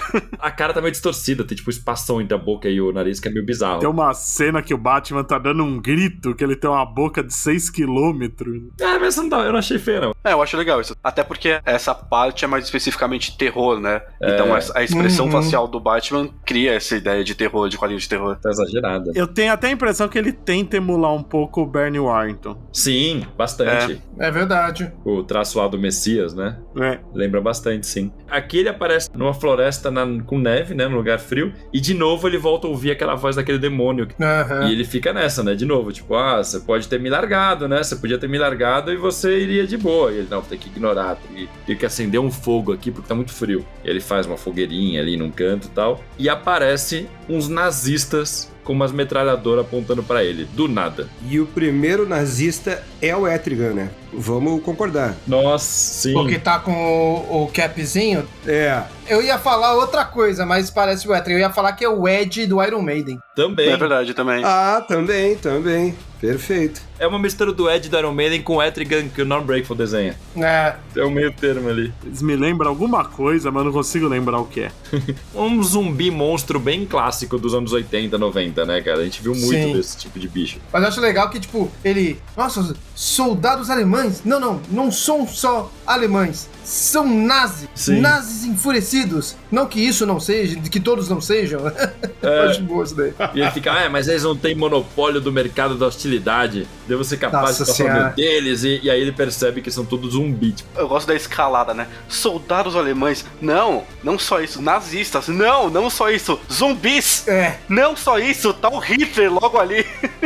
Sim. Caralho. E ele não era zumbi. Que dá pra piorar disso, porra. Cara, essa parte, quando eu comecei essa parte, eu falei, cara, pra onde eles estão indo nessa história? Primeiro que aparece um tanque e você vê que tem um praticante de voodoo lá, um homem OBA, que é uma parada que eles jogaram aí, né? Esse maluco fazendo um ritual voodoo que traz nazistas de volta e tem o próprio Hitler. Cara, essa parte eu juro que eu não entendi, do cara lá fazendo as paradinhas. Não, é que tem uma piração dessa galera do mal aí, do querido Adolfinho aí, do safado, que eles eram enlouquecidos por qualquer tipo de ocultismo. Então, o rapazinho esse mandava a galera pelo mundo atrás de artefatos, de pessoas, de doutrinas que pudesse dar uma vantagem militar estratégica pra ele, como se isso fosse realmente fazer ele dominar o mundo, né? Sim. Teoricamente, o praticante de voodoo é o responsável por ter zumbizado o exército alemão pra ser invencível. Sim. Não, isso eu acho que dá pra perceber. Agora, o porquê ele tá ali, como, isso eu achei, não sei. Mas se bem que nada faz sentido pensando desse jeito, né? Mas... sei lá. Pra mim, eles só colocaram na história um cara de uma religião que teoricamente falaria com mortos, na visão bem estereotipada dele, sabe? É só isso. Fez um ritual voodoo e levantou os mortos que estavam falecidos e viraram zumbis. Sim, porque eu não me lembro de nenhuma referência em histórias desse nível de aprofundamento de sincretismo afro, assim, em gibis do Batman. Vocês leem muito mais Batman que eu, mas, cara... Tinha um cara que matou a mãe do Tim, né? Tem pontualmente, mas não é algo frequente mesmo. Mas aqui pra mim é só... cara, pra mim é só estereótipo de roteirista americano mesmo. Pra mim não faz sentido tá esse cara junto com os nazistas, nazista, tá ligado? Não sei, velho. Pra mim é só símbolos do mal. Se começou com ele colocando uma parada meio católica, a gente já falou da arma árabe no começo e tal, aí ele pegar religiões que são demonificadas pelo cristianismo, assim, e colocar eles junto com os malvados. A leitura que eu faço é essa. Acho meio bizarro. Eu acho que é um elemento que tá muito solto aqui. Não precisaria ter um cara que fez um ritual pra trazer os zumbis. Tendo só os zumbis já estaria bom. É que justo na história, na parte que aparecem os nazistas, a gente percebe que a história é bem racista, né, nesse sentido. É, Sim. bastante. Então, né? Sim. Mas é aquilo, né? É racista num contexto hoje, né? Porque naquela época era muito normalizado você usar sim. um praticante de cultura voodoo pra reviver os mortos. Infelizmente. É o que eu tô falando, é estereótipo de roteirista americano. Não tem muito como fugir Tanto disso. até se a gente voltar, né, naquela parte que ele encontra a Thalia e ela tá lá, tipo, que nem uma dona de casa, a gente falou que é assim que ele se veria, como tendo uma mulher servindo ele, também é machista pra caralho, tá ligado? Mas Sim. se for parar pra pensar do que como é na época, a gente vê que é um contexto da época, né? São estereótipos usados pra contar a história. Mas é muito doido isso. Primeiro que essa página dos nazistas levantando é a parada mais bonita que tem no gibi inteiro. Eu teria um pôster dessa parada, assim, tipo, imagina uma banda de metal. Você teria um usando pôster isso, de nazistas na sua parede. tomar no cu. Pra colocar do lado daquele que você já tem, né? É, colocar assim, Deus. não, ó, pelo amor de Lá Deus. daquele símbolo budista lá. Não me mistura com essas coisas, né? Ai, gente, vocês não respeitam religiões orientais, não. Pelo amor de Deus. Se você ouvinte usa esse símbolo falando que é porque você é budista, pare de usar. Eu acho que até pra essa cena dos nazistas se levantando das covas deles, é necessário você ter alguém que esteja levantando. Então o problema não é ter alguém que está fazendo isso, o problema é realmente a estereotipização que a gente vê hoje relacionada à cultura voodoo. Eu acho que pra ter essa cena dos nazistas se levantando, porque ele até fala, o Batman tem a memória de tipo, ué, mas eu achei que Hitler tinha se matado. Então isso já é um pós-guerra, os nazistas têm que estar de algum jeito voltando à vida. Taca a lança do destino na mão do Hitler e ponto. Exatamente, já encontra cânone em histórias da Liga ou da Sociedade que eles enfrentam o Hitler. Da sociedade. Já deixa tudo melhor do que essa única chaga racista chatinha nesse gibi, assim, não precisava mesmo. Porque nessa parte aí que os zumbis estão levantando, todos os nomes são reais. Sim, isso que eu pesquisei agora também. São de membros que faziam parte da SS nazista. Caralho. Isso é muito maluco, né, cara? Específico, né? E são especificamente membros que passaram pelo Tribunal de Nuremberg também. Exatamente, também. Eu achei um detalhamento, tipo, bem, tipo, caraca, sabe? O desenhista foi atrás, né? Não sei se o desenhista ou o roteirista, né? Eu acho, honestamente, toda essa parte aqui com o nazista, eu acho que é extremamente justificável tudo que aparece, tirando, obviamente, o estereótipo racista da cultura voodoo. Tudo é justificável porque a gente vê o Batman passando por várias provações que ele deixa o vilão vivo, ou que ele salva o vilão no final. E pros ouvintes mais novos, existia um momento histórico onde a gente realmente achava que Hitler era mal. E era a personificação completa do mal, sem ninguém parar e passar pano pra ele. Sem ninguém parar e falar, não, mas veja bem, não é bem assim. É que é ele, né? A figura dele, não é o contexto. Teve um momento histórico nos anos 80, 90, que Hitler realmente era a personificação do mal pra todo mundo, que tinha até aquela história, se eu pudesse voltar no tempo e matar o Hitler bebê, é sempre a figura que você pensa que deveria ter morrido e nunca existido na real, é Hitler. Então aqui a prova final do Batman, depois de passar por tudo isso, é pegar o maior horror que a galera que tava lendo esse gibi tinha como referência, ou já tinha passado por isso, ou algum parente próximo já tinha passado por esse momento histórico, e colocar esse como o horror máximo e a prova máxima do Batman pra ver se ele deixaria vivo alguém que representa tamanho horror quanto o Hitler, ou quanto esses nazistas, esses que aparecem o nome, que já eram figuras também tão referenciadas quanto a isso, tanto quanto o próprio Hitler. Então essa é a prova final do Batman. Não existe dúvida de que essa galera é mal. Tipo, você não mata ninguém? Não, ninguém. Mas nem o Hitler? É tipo, é isso aqui que estão falando aqui. Sim. Exatamente. E eu acho que vale até pros ouvintes, porque eu acho que existe uma... É que a gente vai entrar numa questão muito até filosófica aqui. E a gente pode entrar, não tem problema disso. A minha questão, tipo, e não é nem, tipo, de crítica negativa desse sentido. Ter os nomes, eu achei um trabalho de pesquisa. Sim. Que eu não esperaria ter. Sim. Quando eu, pelo menos, estava falando, não estava nem falando de achar de uma forma negativa ter ali. Porque, o nome tá o nome. História é história. Você não vai apagar o que tá e você, tipo, tem que colocar, tá ligado? Mas eu não esperava ter algum nível disso numa história dessa, sabe? Agora, por exemplo, a gente tem Hitler como o nome que representa o nazismo. Mas até os anos 80, começo dos anos 90, por exemplo, toda essa galera tinha nome. Todos esses rostos nazistas tinham nome. Porque Sim. Se falava mais. o julgamento de Nuremberg era uma coisa recente ainda. Era anos 50, por exemplo. Era uma coisa recente, menos de 50 anos, 40 anos ali. Então todos esses nomes tinham força. Eram aquilo que a gente fala de histórias ocultistas que nomes têm força. Esses nomes de nazistas reais, que já perderam a força hoje em dia, nessa época tinham muita força. Você colocava esse nome, Rudolf, você colocava William Dietrich, você citava esses nomes, era quase como se você citasse Hitler. Sim. Exatamente. Hoje em dia, tipo, é Hitler, Goebbels, Himmler, tipo, é só esses que algumas pessoas sabem. Sim. Só. O fato deles terem sido julgados acabou, né, fazendo eles serem mais lembrados que o Hitler por um tempo, né? Sim. A história deles continuou, né? É verdade. E eu achei interessante, até pro ouvinte, é um assunto que não é todo mundo que estuda ou que gosta de ver análises, inclusive. Quando a gente falou que na época se achava que Hitler era mal, não é que a gente acha que o Hitler era legal, tá, gente? A gente tá falando que existe todo um contexto. Se não fosse ele, seria o outro. É uma questão um pouco mais complexa. É uma questão de que você não pode personificar isso em uma única pessoa, achando que se aquela pessoa simplesmente não existisse, aquele fato histórico não fosse acontecer. E colocar até como se fosse uma coisa genética de maldade, né? Mas é exatamente o que o Branca falou, porque é mais fácil personalizar, e principalmente nesse tempo, ainda mais dessa história, era o mal supremo. Ele era a figura do mal supremo. Contextualizando aqui para os nossos amigos esquerdistas, é a mesma coisa que o História se passasse no Brasil, o mal supremo fosse Bolsonaro, mas dos túmulos saísse velho da van, saísse os filhos do Bolsonaro, saísse galera do MBL. Mais ou menos o mesmo contexto aqui. É isso aí. Gostei. É isso aí. A culpa a gente pode simbolizar, mas a culpa é sempre dividida, nunca é exclusiva. Sim. Tu quer dizer que quem ia levantar eles do túmulo era, obviamente, o Malafaia, né? Claramente. O R.R. Soares, né? Levanta! Levanta-te! Maravilhoso.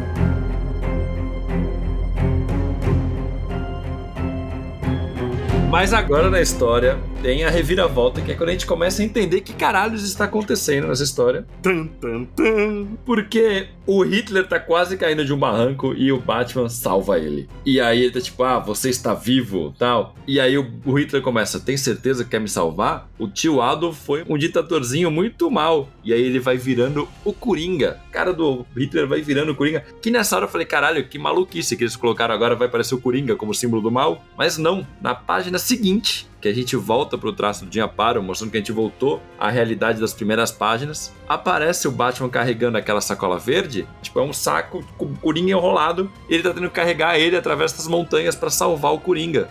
E é muito louco isso, cara, porque, tipo, a história inteira é sobre o Batman tendo que sobreviver salvando o Coringa numa montanha, sendo que talvez os dois morram. Sim. E se ele simplesmente largar o Coringa, ele sobrevive e livra o mundo de um mal supremo, assim. O fardo dele é o que ele também fala na história, tipo, ele tem esse juramento que ele nunca vai tirar uma vida humana, nunca vai deixar uma vida humana morrer. O fardo dele não é necessariamente o Coringa ou ele ter que salvar o Coringa. O fardo dele é esse juramento. Sim. É a isso que a gente vê que o mestre dele se refere quando ele fala que o que faz mal pro Bruce é o caminho que ele escolheu na vida dele. Se o Bruce matasse os vilões, seria tudo muito mais fácil pro Bruce, ele não estaria esgotado que nem ele tá naquele momento e tudo mais. Mas o fardo dele é exatamente esse juramento que ele tem da preciosidade da vida humana. Sim. E aí não é nem só de matar, mas é de salvar mesmo. Porque ele pode simplesmente falar, pô, não deu. Momento Batman Begins. Eu não preciso te matar, é só não te salvar. Exato, cara. Uma coisa super interessante, obviamente vocês perceberam, é que quando o Hitler se torna o Coringa, não é qualquer Coringa. É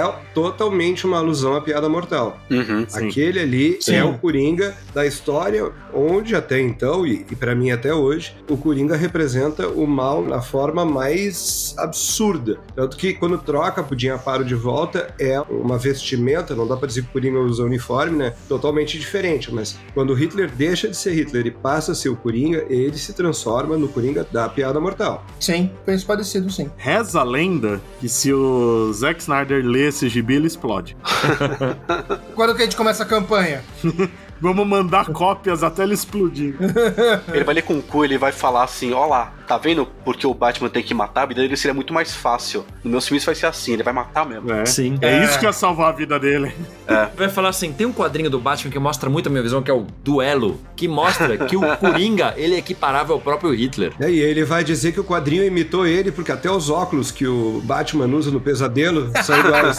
Sim, é verdade. Mas é isso, cara, eu acho muito legal, cara. Tem todo um diálogo bacana do Batman com o Coringa, tal, sobre o porquê dele, tipo, que não é nenhuma coisa nobre, né? Que ele não quer ter essa satisfação do Coringa ver ele fraquejar, né? Só pra explicar antes, a gente fica sabendo então que toda a história, desde o momento que o Batman passa pelo túmulo até agora, é meio que uma piração do Batman, é uma alucinação do Batman, que se passaram 3 dias. Sim. Porque ele se vê perto do monastério lá onde ele treinou, ele vê o túmulo do antigo mestre dele, e ele acaba entrando nessa doideira. Na verdade, só voltando um pouquinho, ele fala que na verdade eles estavam no avião, né, e que caiu, e por isso que o Coringa tá machucado, o Coringa deu uma pedrada na cabeça do Batman. E a gente vê a pedrada, né? Alucinou tudo isso, a gente vê a pedrada que foi onde o Clayton falou que era um mini spoiler, naquela cena que ele tá conversando com o mestre, e a gente vê o Coringa também justificando tudo que acontece. Então, o que as vozes que o Bruce escuta no inferno, que ele até atribui ao diabo no final, o Coringa fala que era ele falando, ou quando o Bruce encontra a Talia, o Coringa até fala,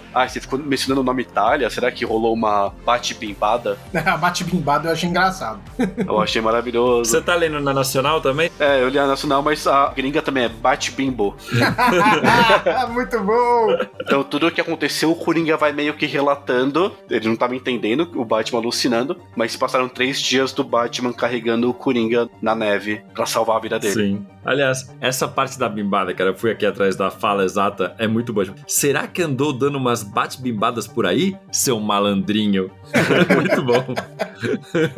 Ele fala, por exemplo, que o frango que o Batman come e sente gosto de carne seca é porque eles estavam comendo carne seca e o Batman falava que era frango. Tem todas as explicações do que aconteceu na história, quer dizer, não todas, né, mas tem várias, boa parte do que aconteceu na história do ponto de vista do Coringa, que estava sendo carregado pelo Batman enquanto o Batman alucinava tudo aquilo na cabeça dele. Tem uma parte que ele fala, o Coringa fala, até a hora que você alucinou, você me chamou de De Furore? Que porra é De Furore? Aí ele, De Führer. Aí ele, mesmo? Pensou que era ele? Que elogio. Na hora eu lembrei do crossover dele com o Caveira Vermelha, que ele fica indignado que é um nazista. Eu sou um louco criminoso, mas eu sou americano. Sim. Eu lembrei disso na hora também, cara. Ai, caralho. E daí no final, na verdade, o Batman dá 3 motivos, né? Ele fala, primeiro, ele acha que toda vida humana é sagrada. Segundo, se ele deixar qualquer pessoa morrer ou matar alguém, ele não vai ser melhor do que os vilões que ele enfrenta. E terceiro, ele se recusa a dar satisfação dos vilões ver ele falhar nesse juramento dele, porque, por exemplo, um Coringa, a gente já viu um monte de histórias do Coringa tentando manipular o Batman pra que ele assassine o Coringa, porque ele sabe que se tem um jeito de destruir o Batman, não é matando o Batman, é fazendo ele trair os próprios princípios. Sim. E o Batman fala que ele se nega a fazer isso porque isso daria satisfação ao Coringa. Eu acho isso muito bom. E o diálogo, né? Os recordatórios do último quadro eu acho lindos, cara. Que ele mostra eles andando no deserto, né? Continua carregando. Você vê que ele tem uma casa com uma chaminé que ele tá vendo já ao longe. E aí ele fala, logo haverá calor e conforto. Ele vai descansar, ele até precisa. Depois vai novamente assumir sua carga e arrastá-la ao longo dos anos. Tipo, ele sabe que ele não ter largado o Coringa aí vai ser uma coisa que vai atormentar ele pro resto da vida. Mas ele sabe que ele não pode largar o Coringa aí. Eu gosto dessa parte, ele vai descansar como até ele precisa, tipo, até o Batman precisa descansar. Sim, é muito bom. Que essa revista, né, o Conto de Batman, Legends of Dark Knight, sempre tinha uma visão meio mitológica do Batman, né? É uma revista que tratava ele mais como um ícone, assim, bem legal. Eu acho o contrário. Eu acho legal porque trata como um ícone, ao mesmo tempo que trata dele do jeito mais humano possível. Sim, sim. Ele é fodão, mas até ele precisa descansar. Ele é uma máquina, mas mesmo ele é humano. Quando eu falo ícone, eu não falo como um invencível, tal. Não como o Batman do Morrison. Não, vai mais a fundo na mente do Batman, tipo, trata ele com mais profundidade do que o normal. Sabe uma coisa que eu acho interessante dessa história, né? Primeiro que o formato é diferente por ser um anual, né? Uma história mais longa, fechada. É que os contos do Batman meio que seguiam um ritmo da carreira dele e aqui meio que pula pra bastante tempo depois. Que a gente já vê que já tem toda a rivalidade com o Coringa, ele já enfrentou o Ra's al Ghul, que teoricamente é um cara que demora uns anos pra ele conhecer. Eu acho interessante isso aqui. Ela respeita a cronologia da época, né? Por exemplo, se o Coringa do Hitler ali é o da Piada Mortal, e esse quadrinho tem 3 anos de diferença pra Piada Mortal, ele talvez seja o conto de Batman mais para e passo com o que a cronologia tinha naquela época, porque eu tenho a impressão que Legends of the Dark Knight, um conto de Batman, era um compilado de histórias do tipo, senta aqui, galera Robin, que eu vou contar umas coisas muito loucas que aconteceu quando eu comecei a ser Batman, sabe? Sim. Muito bom. Mais ou menos. Cara, eu não era ainda tudo isso, eu não tava no 100% no 10-10, e aconteceu tal coisa. Deixa eu te contar de quando eu era viciado. E deixa eu te contar, rapaz, um amor que eu tive com uma menina nativa americana ou canadense, não me lembro direito, em Xamã, e assim vai, sabe? Aquela vez que eu bati o carro e fiquei em coma. É mais ou menos isso, cara, porque é um Batman, não amador, mas um Batman iniciante, assim, bem um Pattinson. Falho, né? É um Batman cruzeiro da porra. E cheio de certeza, mas aquela certeza que tu só tem quando tu tá iniciando, não que quando tu já tá experiente o suficiente. Mas esse realmente dá pra tu pensar como quando o Delano voltou pro Constantine e escreveu uma história do Constantine velho, sabe? Uhum. Faz muito sentido, cara. E realmente é uma exceção, né? Talvez por ser um manual, eles quebraram essa regra, né? De ser uma história nos primeiros anos do Batman. Aqui, essa história é, entre aspas, no presente, né? Do momento que essa história tava saindo. Até porque mostra que o mestre dele do passado já faleceu e tal, então não pode ser uma história muito no passado. Sim. A gente já viu ele vivo anos depois, né? Uhum. Até os flashbacks dele enfrentando outros vilões, né? Sim, o Hans é o que mais destaca pra mim. O Hans e o Harvey, né? Que são dois que tem que demorar um tempo pra ter a luta com eles. O Harvey demora pra virar duas caras e o Hans é um personagem que é um Batman não só já experiente, como é um Batman que sai um pouco do cenário de crime urbano, né? Tá enfrentando um imortal. Eu vou te falar que a gente leu essa história antes pra gravar. Alguém aqui já tinha lido essa história? Lembra de já ter lido essa história antes? Não, foi a primeira vez. Eu tinha quando eu comprei. Eu sei que eu tinha lido, mas não lembrava nada. Ou seja, o Clayton e o Branca já tinham lido, mas não lembravam também. É isso aí. Era uma vaga lembrança. Cara, eu vou te falar que a gente conversou disso em off agora. Me deu a impressão de que essa história realmente fica muito mais interessante quando a gente sentou e discutiu ela do começo até o final. Porque a primeira vez que a gente lê é uma loucura, né, só? Eu acho que são as duas leituras são muito interessantes. Eu acho que tanto a leitura quanto você acha que tá sendo uma viagem do chá do mestre do Bruce ali, ele falando consigo mesmo, quanto a segunda leitura quando você já sabe que na verdade é uma alucinação do Batman enquanto ele tenta salvar a vida do pior vilão dele, que é a personificação do mal. Eu acho que as duas leituras são muito boas. E eu acho o seguinte, cara, eu terminei de ler um pouco antes da gente gravar, sabe? Foi o tempinho que eu consegui ler. E na hora que eu terminei de ler, eu falei assim, caralho, que bosta. Eu tinha achado muito ruim, tinha achado horrível. Aí, conforme a gente foi falando, eu falei tipo, porra, olha aí. Fui revendo as coisas, eu falei, pô, não, ela não é tão ruim assim. Ela só é muito doida. Eu sou meio público fácil, porque se a história já mostra que o direcionamento dela é mostrar porque um super-herói não mata, especialmente porque o Batman não mata, a história já me ganha um pouco. E isso é mostrado desde o começo, sabe? Quando o Batman tem a chance de matar o demônio e não mata, ou o Batman pode matar o dragão e não mata, ou o alienígena e não mata. Isso me ganha. E a história trabalhando esse tema muito bem, que nem o Daniel Neal sabe fazer, me ganha mais ainda. O André quebrou um recorde, né? Quase todas as nossas gravações de conto de Batman, quando a gente já leu, a gente tem agora, no presente, a opinião contrária da primeira vez que leu. O André fez isso em algumas horas. Mas foi mesmo. Mas foi mesmo, cara. E pra melhor, né? E pra melhor, porque de verdade eu tava achando muito ruim. E aí eu também li com um pouco de pressa, né, pra gravar. Então, tipo, eu tava assim, caralho, velho, que porra é essa? Por que a gente vai gravar sobre isso? Porque eu fiquei assim, mano, vai durar 20 minutos essa porra, velho. Que merda é essa? Tava sem entender nada, terminou do nada, não sei o quê. Aí conforme a gente foi falando e tal, não, porra, mas tem umas coisas legais aqui. Pô, isso aqui é legal mesmo. Eu vou pedir pro convidado falar as duas perguntas que você me fez hoje, mais cedo, antes da gente gravar. Cara, a primeira pergunta é super simples, assim, eu sou convidado, eu nunca participei do podcast. Cara, por qual motivo vocês vão falar de Batman Duelo? Existe algum motivo especial? Com a aleatoriedade, né, cara? Será que é justo da minha vez? Eu digo, cara, não acredito. E aí eu reli a história e ela cresceu no meu coração, que nem aconteceu com o André. E o segundo era, tem como me enviar a cópia do roteiro? Vou te falar que eu adoraria ler o roteiro disso. Uma coisa que é interessante desse quadrinho é que eu vou voltar e vou ler ele uma terceira vez, obviamente não hoje, vou deixar passar um tempo, né? Porque muita droga no meu sistema no mesmo dia, assim, é capaz de dar problema, só que dá pra pensar numa leitura também que cada antagonista é alguém na galeria de vilões. Vou tentar forçar a amizade e ver se não era essa a intenção, de repente, e eu não consegui catar. E a segunda que é o mini Planetary do Batman no gibi anual, né? O cara fez um passeio pelo século XX, daqui a pouco a gente vai descobrir que o cancelado lá leu esse gibi e teve a ideia de Planetary, imagina? Inclusive o crossover do Batman Planetary é maravilhoso. Inclusive os Renegados agora são o Planetary. Eita! Não sabia disso, não. É que agora o Planetary é dentro da DC, né? Né? A nova formação é basicamente Planetary. Caralho. Agora que a gente já leu tudo, vamos fazer uma rodada aí de momento marcante de cada um. Começar pelo Clayton. Um momento marcante pode ser marcante por ter sido incrível, ou por ter sido horrível, ou pelo que for, ou porque te marcou por algum motivo aleatório. Cara, se a gente for parar pra pensar, o gibi é tirinho curto, assim, então eu vou ficar com a questão do Batman comedor de coxa de galinha como se não houvesse amanhã. Aquilo ali é eu quando tô com muita fome na larica, assim, então o Batman comendo a coxa de galinha, olhando pra aquela versão dona de casa, joelhinho na mesa da Talha, pra mim é aquilo ali. Muito bom. Sensacional. E você, Thiago Brancatelli?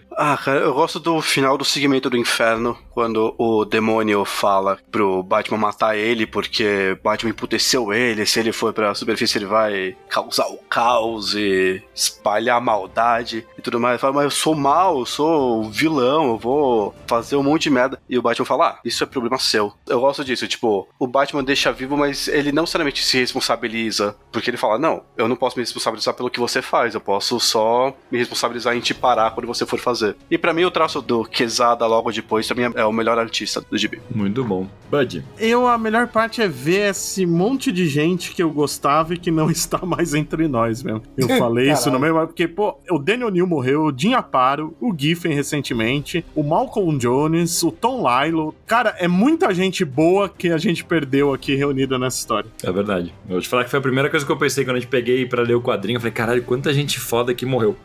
A maioria morreu, cara. São pouquíssimos que estão vivos aqui. Foda, né, bicho? Eram os caras que já eram míticos no começo dos anos 90, né? E é foda que o único que, era esperado pela idade é o Daniel New. Os outros não eram tão velhos. É verdade. A Jim Aparo, eu não sei qual que era a idade. O Aparo talvez. É que ele morreu já faz um tempo. Na época que ele morreu, hoje ele estaria morto de qualquer jeito, né? Hoje seria pela idade, mas morreu jovem, é verdade. O Giffen também, né? O Giffen tava com quantos anos quando morreu? Também não era tão velho, não. Acho que tinha uns 70, não era muito. Na verdade, só o Tom Lyle, que era mais novo, Bud. Não, o Giffen não era tão velho assim. 70 anos eu não acho velho hoje em dia. Não, não é mesmo. É isso, um monte de gente que não está mais. Então fica aí essa grande homenagem. E você, André? Cara, eu vou ficar com a parte que o Batman toca o trompetinho.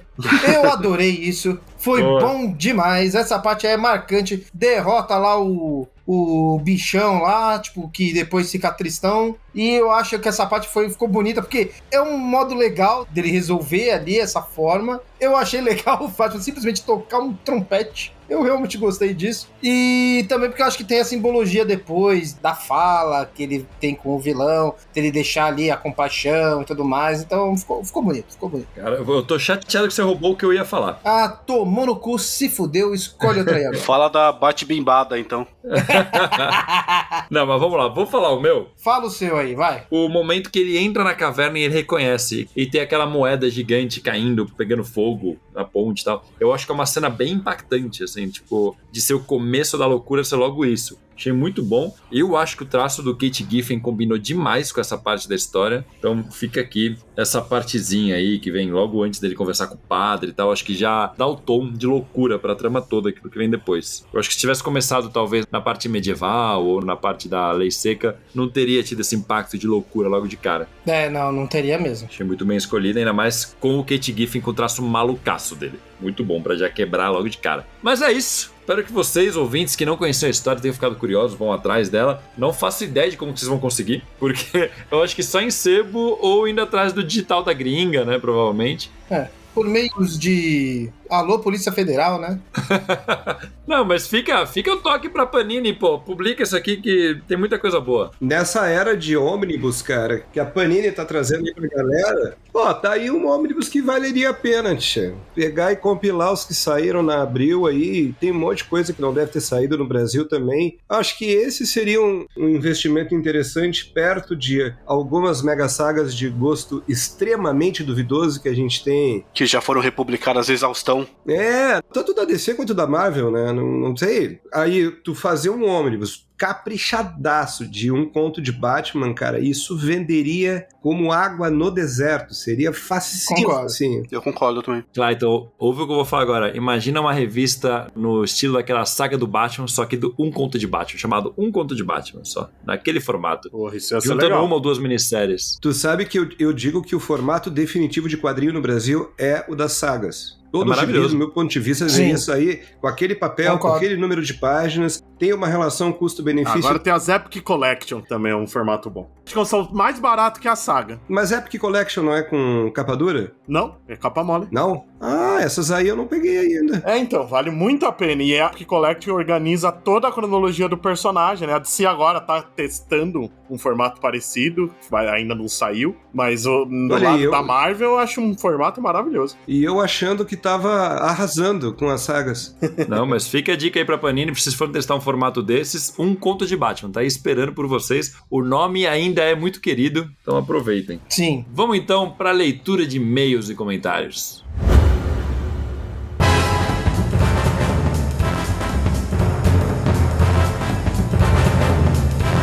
E começando mais uma leitura de e-mails e comentários. Lembrando, se você quiser que a gente leia o seu comentário, basta escrever no post deste programa em qualquer rede social, pode ser no site, ou pode até mandar um e-mail para mansãoN@mansãoN.com.br. E tô eu e o Carlos junto hoje. Não, Carlos, por quê? Por que a gente tá junto hoje? Opa, hoje estamos aqui porque, pô, o último programa foi o programa 200, que foi um programa todo especial, né? Que era esse foi especial de verdade. Porra, cara, foi um programa sensacional, a gente se divertiu bastante, foi demais comemorar esses 200 programas e a galera lá participando, comentários depois, pô, foi da hora. Quem não ouviu, vai lá que vale a pena, cara. Programa sensacional, um programa único, né? A primeira vez que a gente fez um programa totalmente em vídeo, com participação da audiência, ao vivo, né? Depois a gente colocou em todas as redes, em todos os streamings, né? Mas tá lá ao vivo com participação da galera, foi legal demais. Sim, foi muito bom, um tema diferente pra comemorar mesmo e valeu, galera, valeu mesmo. Né? Rumo a mais 200. Isso aí, a mais 200. E como foi um programa especial e com participação da galera, a gente não leu os e-mails do programa anterior, né? A gente não leu o programa 199, que foi um programa também muito legal, muito doido. E a gente vai ler agora. Sim, dos anti-Batman. Os anti-Batman. Quem são os maiores anti-Batman? Programa Mansão N 199. E a gente vai começar agora. E André, por favor, faça as honras. Vamos lá, eu vou começar aqui com o clássico, né? Com o Samuel NT, que ele tá sempre comentando, ele comentou lá no portal, falou o seguinte, ó que legal. Fala pessoal, adorei o tema. Os meus anti-Batman favoritos são aqueles relacionados diretamente ao Batman, principalmente o Espreitador e o Coruja. A gente falou bastante dos dois, né? O Espreitador eu conheci primeiro no desenho The Batman e só depois fui ver ele nos quadrinhos em A Sombra do Batman, que conta justamente a história do parceiro dele que se torna o Espreitador, e agora eu não me lembro se é nessa história que fazem um retcon muito bom, na minha humilde opinião, que é colocar o Gordon como sendo de Gotham mesmo. Ele foi transferido para Chicago e depois teve que voltar para Gotham. Você lembra se foi aí, Carlos, que fizeram isso? Eu não lembro não, pra ser sincero. Cara, essa história tem uma confusão porque eu acho que a primeira parte é daquela fase... Se não é pré-crise, é daquela fase que estava sendo definido tudo. E no pré-crise, o Gordon era de Gotham. Então eu acho que nessa história eles fizeram uma amarração aí pra fazer sentido. Mas não tenho certeza. Tem algumas histórias que retratam hoje em dia dia o Gordon como sendo de Gotham e tendo indo pra Chicago. Eu acho que nas histórias antigas não fica muito claro. Eu lembro até de ter essa conversa com o Branca. Acho que no programa do ano 1, não me lembro. Então é uma coisa que nunca fica muito claro e nessa história eles deixam bem descarado, né? Que ele era de Gotham, Sim. foi pra Chicago e depois voltou. Eu gosto, mas assim, pra mim tanto faz, sendo muito sincero, ele ser de Gotham ou ele ser de Chicago, porque o importante pra mim é o Gordon, ele estar em Gotham, não necessariamente ele ser dali, né? O lance de Chicago é muito por causa do ano 1, né? Do Frank Miller. Sim, Tem algumas coisas ali do Gordon que foram definidos em ano 1 do Frank Miller e acabaram ficando. E aí hoje em dia é uma mistura. A Bárbara Gordon voltou a ser filha dele, mesmo que no ano 1 tenha só o filho. É aquela misturinha maneira que a gente já acostumou, né?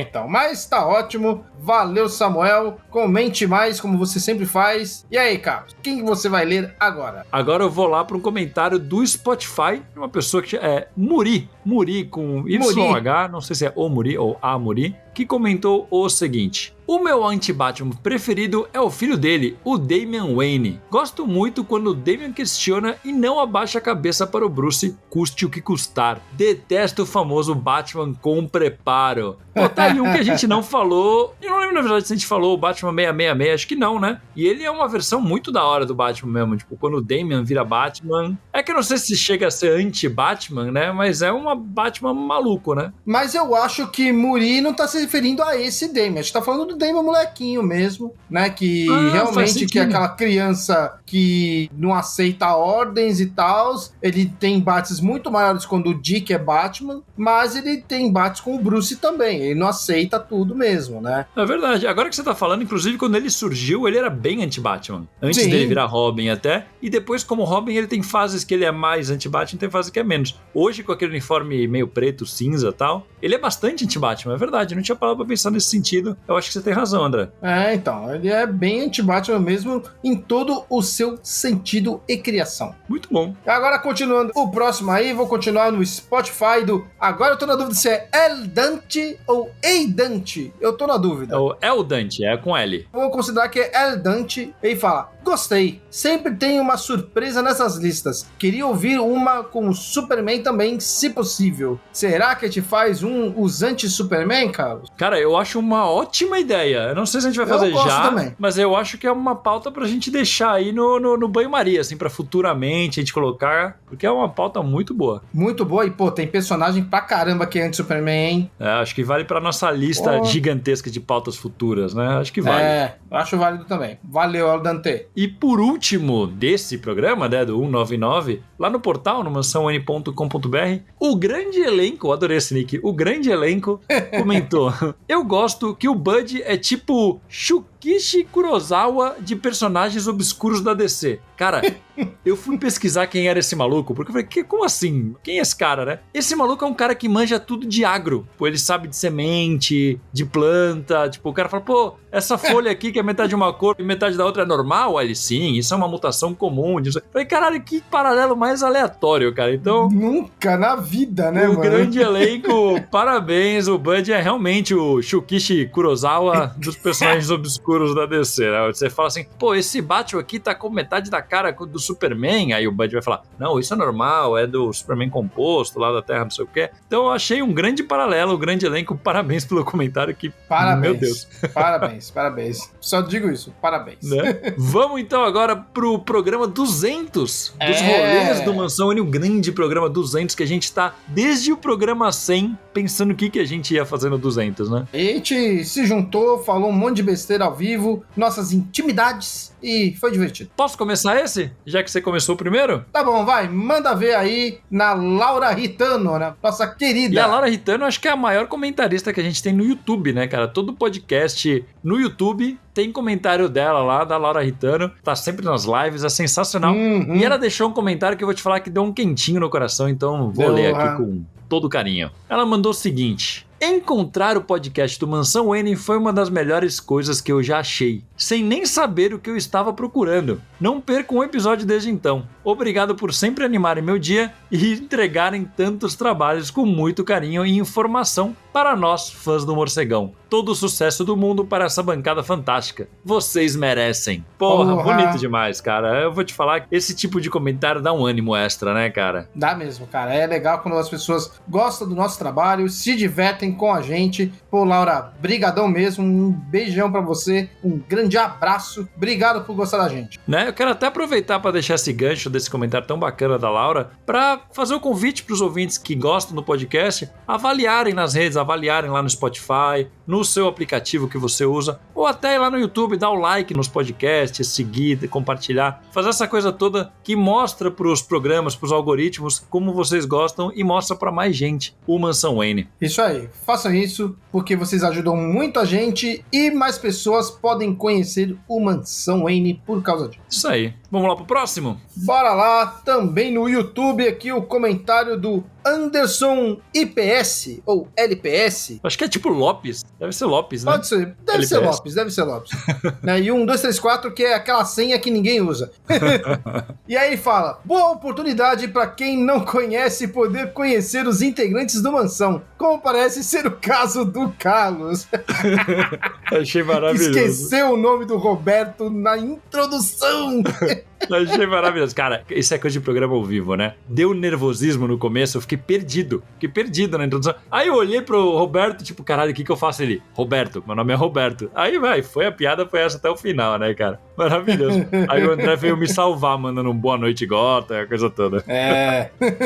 Faz parte. Foi legal demais. É bom que vocês veem esses ao vivo que não tem como cortar. É divertido. Quem sabe faz ao vivo. Quem sabe faz ao vivo. E vou pro último aqui da leitura de hoje. Bora. Diretamente do Spotify, esse aqui, ó, o cara que ouviu o nosso podcast em vídeo pelo Spotify, o Alex Pereira. Ele mandou, muito engraçado, amigos, parabéns, dá vontade de sair pra beber com vocês, e eu nem bebo. Porra, essa maravilhoso, cara. Essa última parte é muito boa, e eu nem bebo, foi maravilhoso. Muito bom, né, cara?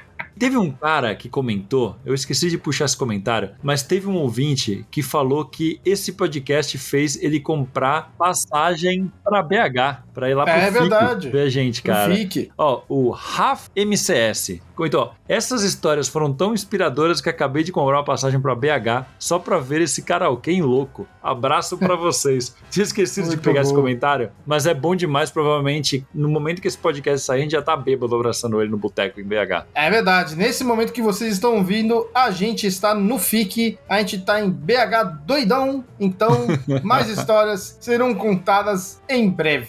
Sim, maravilhoso. Muito bom. Vamos lá pro Jabás? Bora! E vamos pro Jabás. Primeiro de tudo, como sempre, agradecer o convidado, Clayton. Primeira vez aqui no podcast, faz anos que a gente fala disso. Finalmente a gente conseguiu a agenda. Então, por favor, o microfone agora é todo seu. Cara, eu não tinha nem roupa pra estar aqui. Olha, muito feliz, galera. A gente sempre se encontra nos eventos aí. Já fizemos vídeo, já tomamos trago, já conversamos, falamos mal de todo mundo antes, mas nunca tinha tido a oportunidade de gravar o podcast. Estou muito feliz. Blockbuster também num hiato, mas aos poucos, assim, o trabalho vai deixando a pessoa ocupada, mas a gente pretende aí voltar daqui a pouco. E eu quero me despedir com um pedido pra vocês, gente. Que o próximo conto de Batman que vocês comentarem seja Faces, de Matt Wagner. Primeiro porque eu acho ele um autor muito subestimado no Brasil, e segundo porque essa história é doideira pura, loucurinha, viagem e compra de ilhas na Guiana Francesa. Então tá aí o pedido de um fã do Mansão Wayne. Próximo que vocês fizerem, façam sobre Faces. Porra, Faces, eu tenho uma memória de ter gostado muito de Faces. Eu não li. A gente tá indo na ordem que Abril lançou. Pelo que eu tô vendo, falta 1 ou 2 pra gente chegar nele já, viu? Então tá ótimo. E quem quiser seguir, @ClaytonSilva_ em todas as redes. Muito bom. Inclusive, vou deixar a dica aqui pra quem gostou do papo aqui com o Clayton. Se vocês entrarem lá no site no mansãoN.com.br, forem na categoria vídeos e na subcategoria lá locais e eventos, vai ter um aqui, já tá na primeira página. É um vídeo muito doido, já tem que falar isso. Sim. Jesus! De setembro de 2019 o post aqui, e já foi gravado antes disso. Direto de Floripa. Que é crossover para definir as melhores HQs do Batman. Exato. A gente gravou lá em Florianópolis, e tá o Marcelo da Batcaverna, o Fábio, o pessoal do Blockbuster em peso, 2 quadrinhos, tá até o Pablo Sarmento lá com a gente, batendo um papo sobre quais são os melhores gibis do Batman aqui em um jogo maluco. Metade do vídeo saiu no 2 quadrinhos, metade do Blockbuster. Nesse post estão os 2 vídeos, um depois do outro, na ordem bonitinho. Então, vale a pena assistir, cara. Eu vou te falar que eu assisti meio que recentemente esse vídeo de novo e ele é muito engraçado. É muito engraçado, cara. Fica a dica. E Leonardo Vicente, o Bud, seu jabás. Bom, visitem o falaanimal.com.br, que eu atualizo lá diariamente com notícias de quadrinhos, cinema, séries e tudo que é nerdice. Sigam também nas redes sociais, tá como Fala Animal, menos no Twitter, onde é Fala Animal Site. Hoje, como não tem o Roberto aqui, eu tenho que fazer mais jabá, tem que falar das outras coisas. Tem vídeo lá no canal da Hora Suave. De quinta-feira, eu e o Roberto, a gente faz a live do Momento Suave. E tem o podcast do Fala Animal também, que sai segunda-feira sim, segunda-feira não. Thiago Brancatelli, os seus recados aqui para nossos ouvintes. Quero só agradecer vocês pelo espaço proporcionado pra gente ler gibi bom, mesmo que seja numa segunda lida e falar coisas interessantes, mesmo que seja falando o que a gente já falou em off. Queria mandar um beijo pra vocês, um beijo em Clayton, que eu não conhecia e gostei muito, achei uma pessoa muito simpática. Mandar um beijo em Roberto II, onde quer que esteja, que está olhando por nós e teria sido muito útil no nosso papo sobre Bíblia e catolicismo hoje. E especialmente um beijo para todos os nossos ouvintes, que eu amo muito, mesmo aqueles que não me amam muito, mas eu amo vocês, vocês moram no meu coração para todo o sempre. Muito bonito, muito bonito. Inclusive, lembrei do Roberto também nessa hora que você falou. E é isso aí, pô. Clayton, que você mal conhece, mas já considera pacas. Eu achei por um momento que o Branca tinha matado o Roberto, ele que não está entre nós, eu fiquei... Que não está mais entre nós. Ainda não. Roberto, se você estiver nos ouvindo, mexa um copo agora. Meu Deus. Nesse momento ele virou uma cerveja.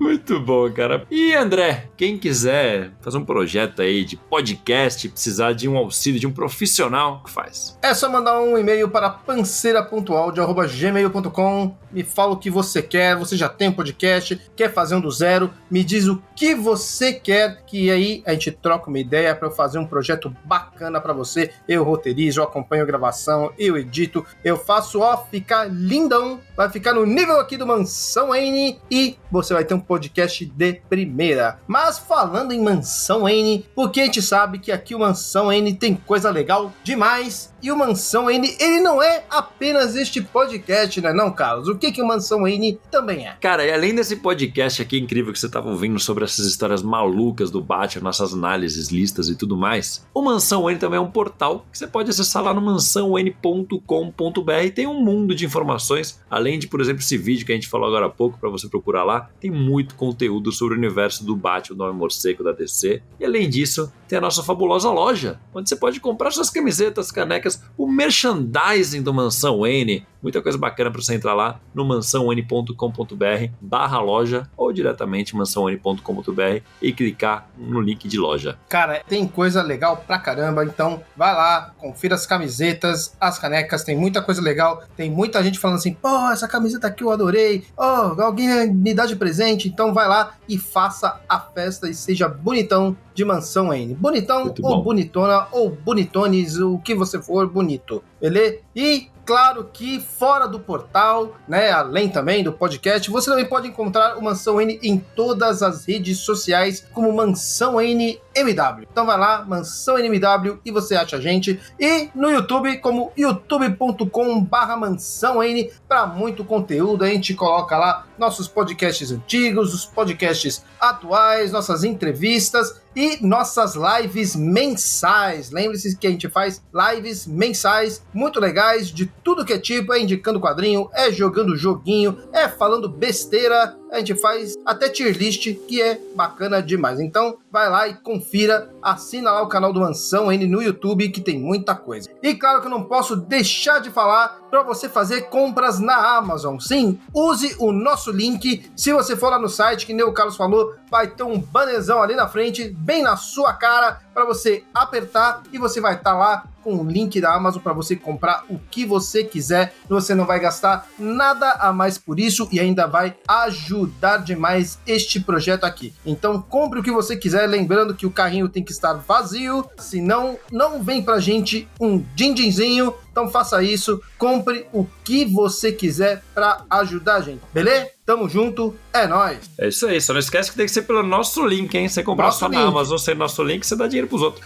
Exatamente. Vai estar dando de qualquer jeito, né? Mas aí você dá um pouquinho pra gente. Exato, tem uma parte pra gente que ajuda bastante. Então, é isso. Muito obrigado a todos e até o próximo podcast. Falou!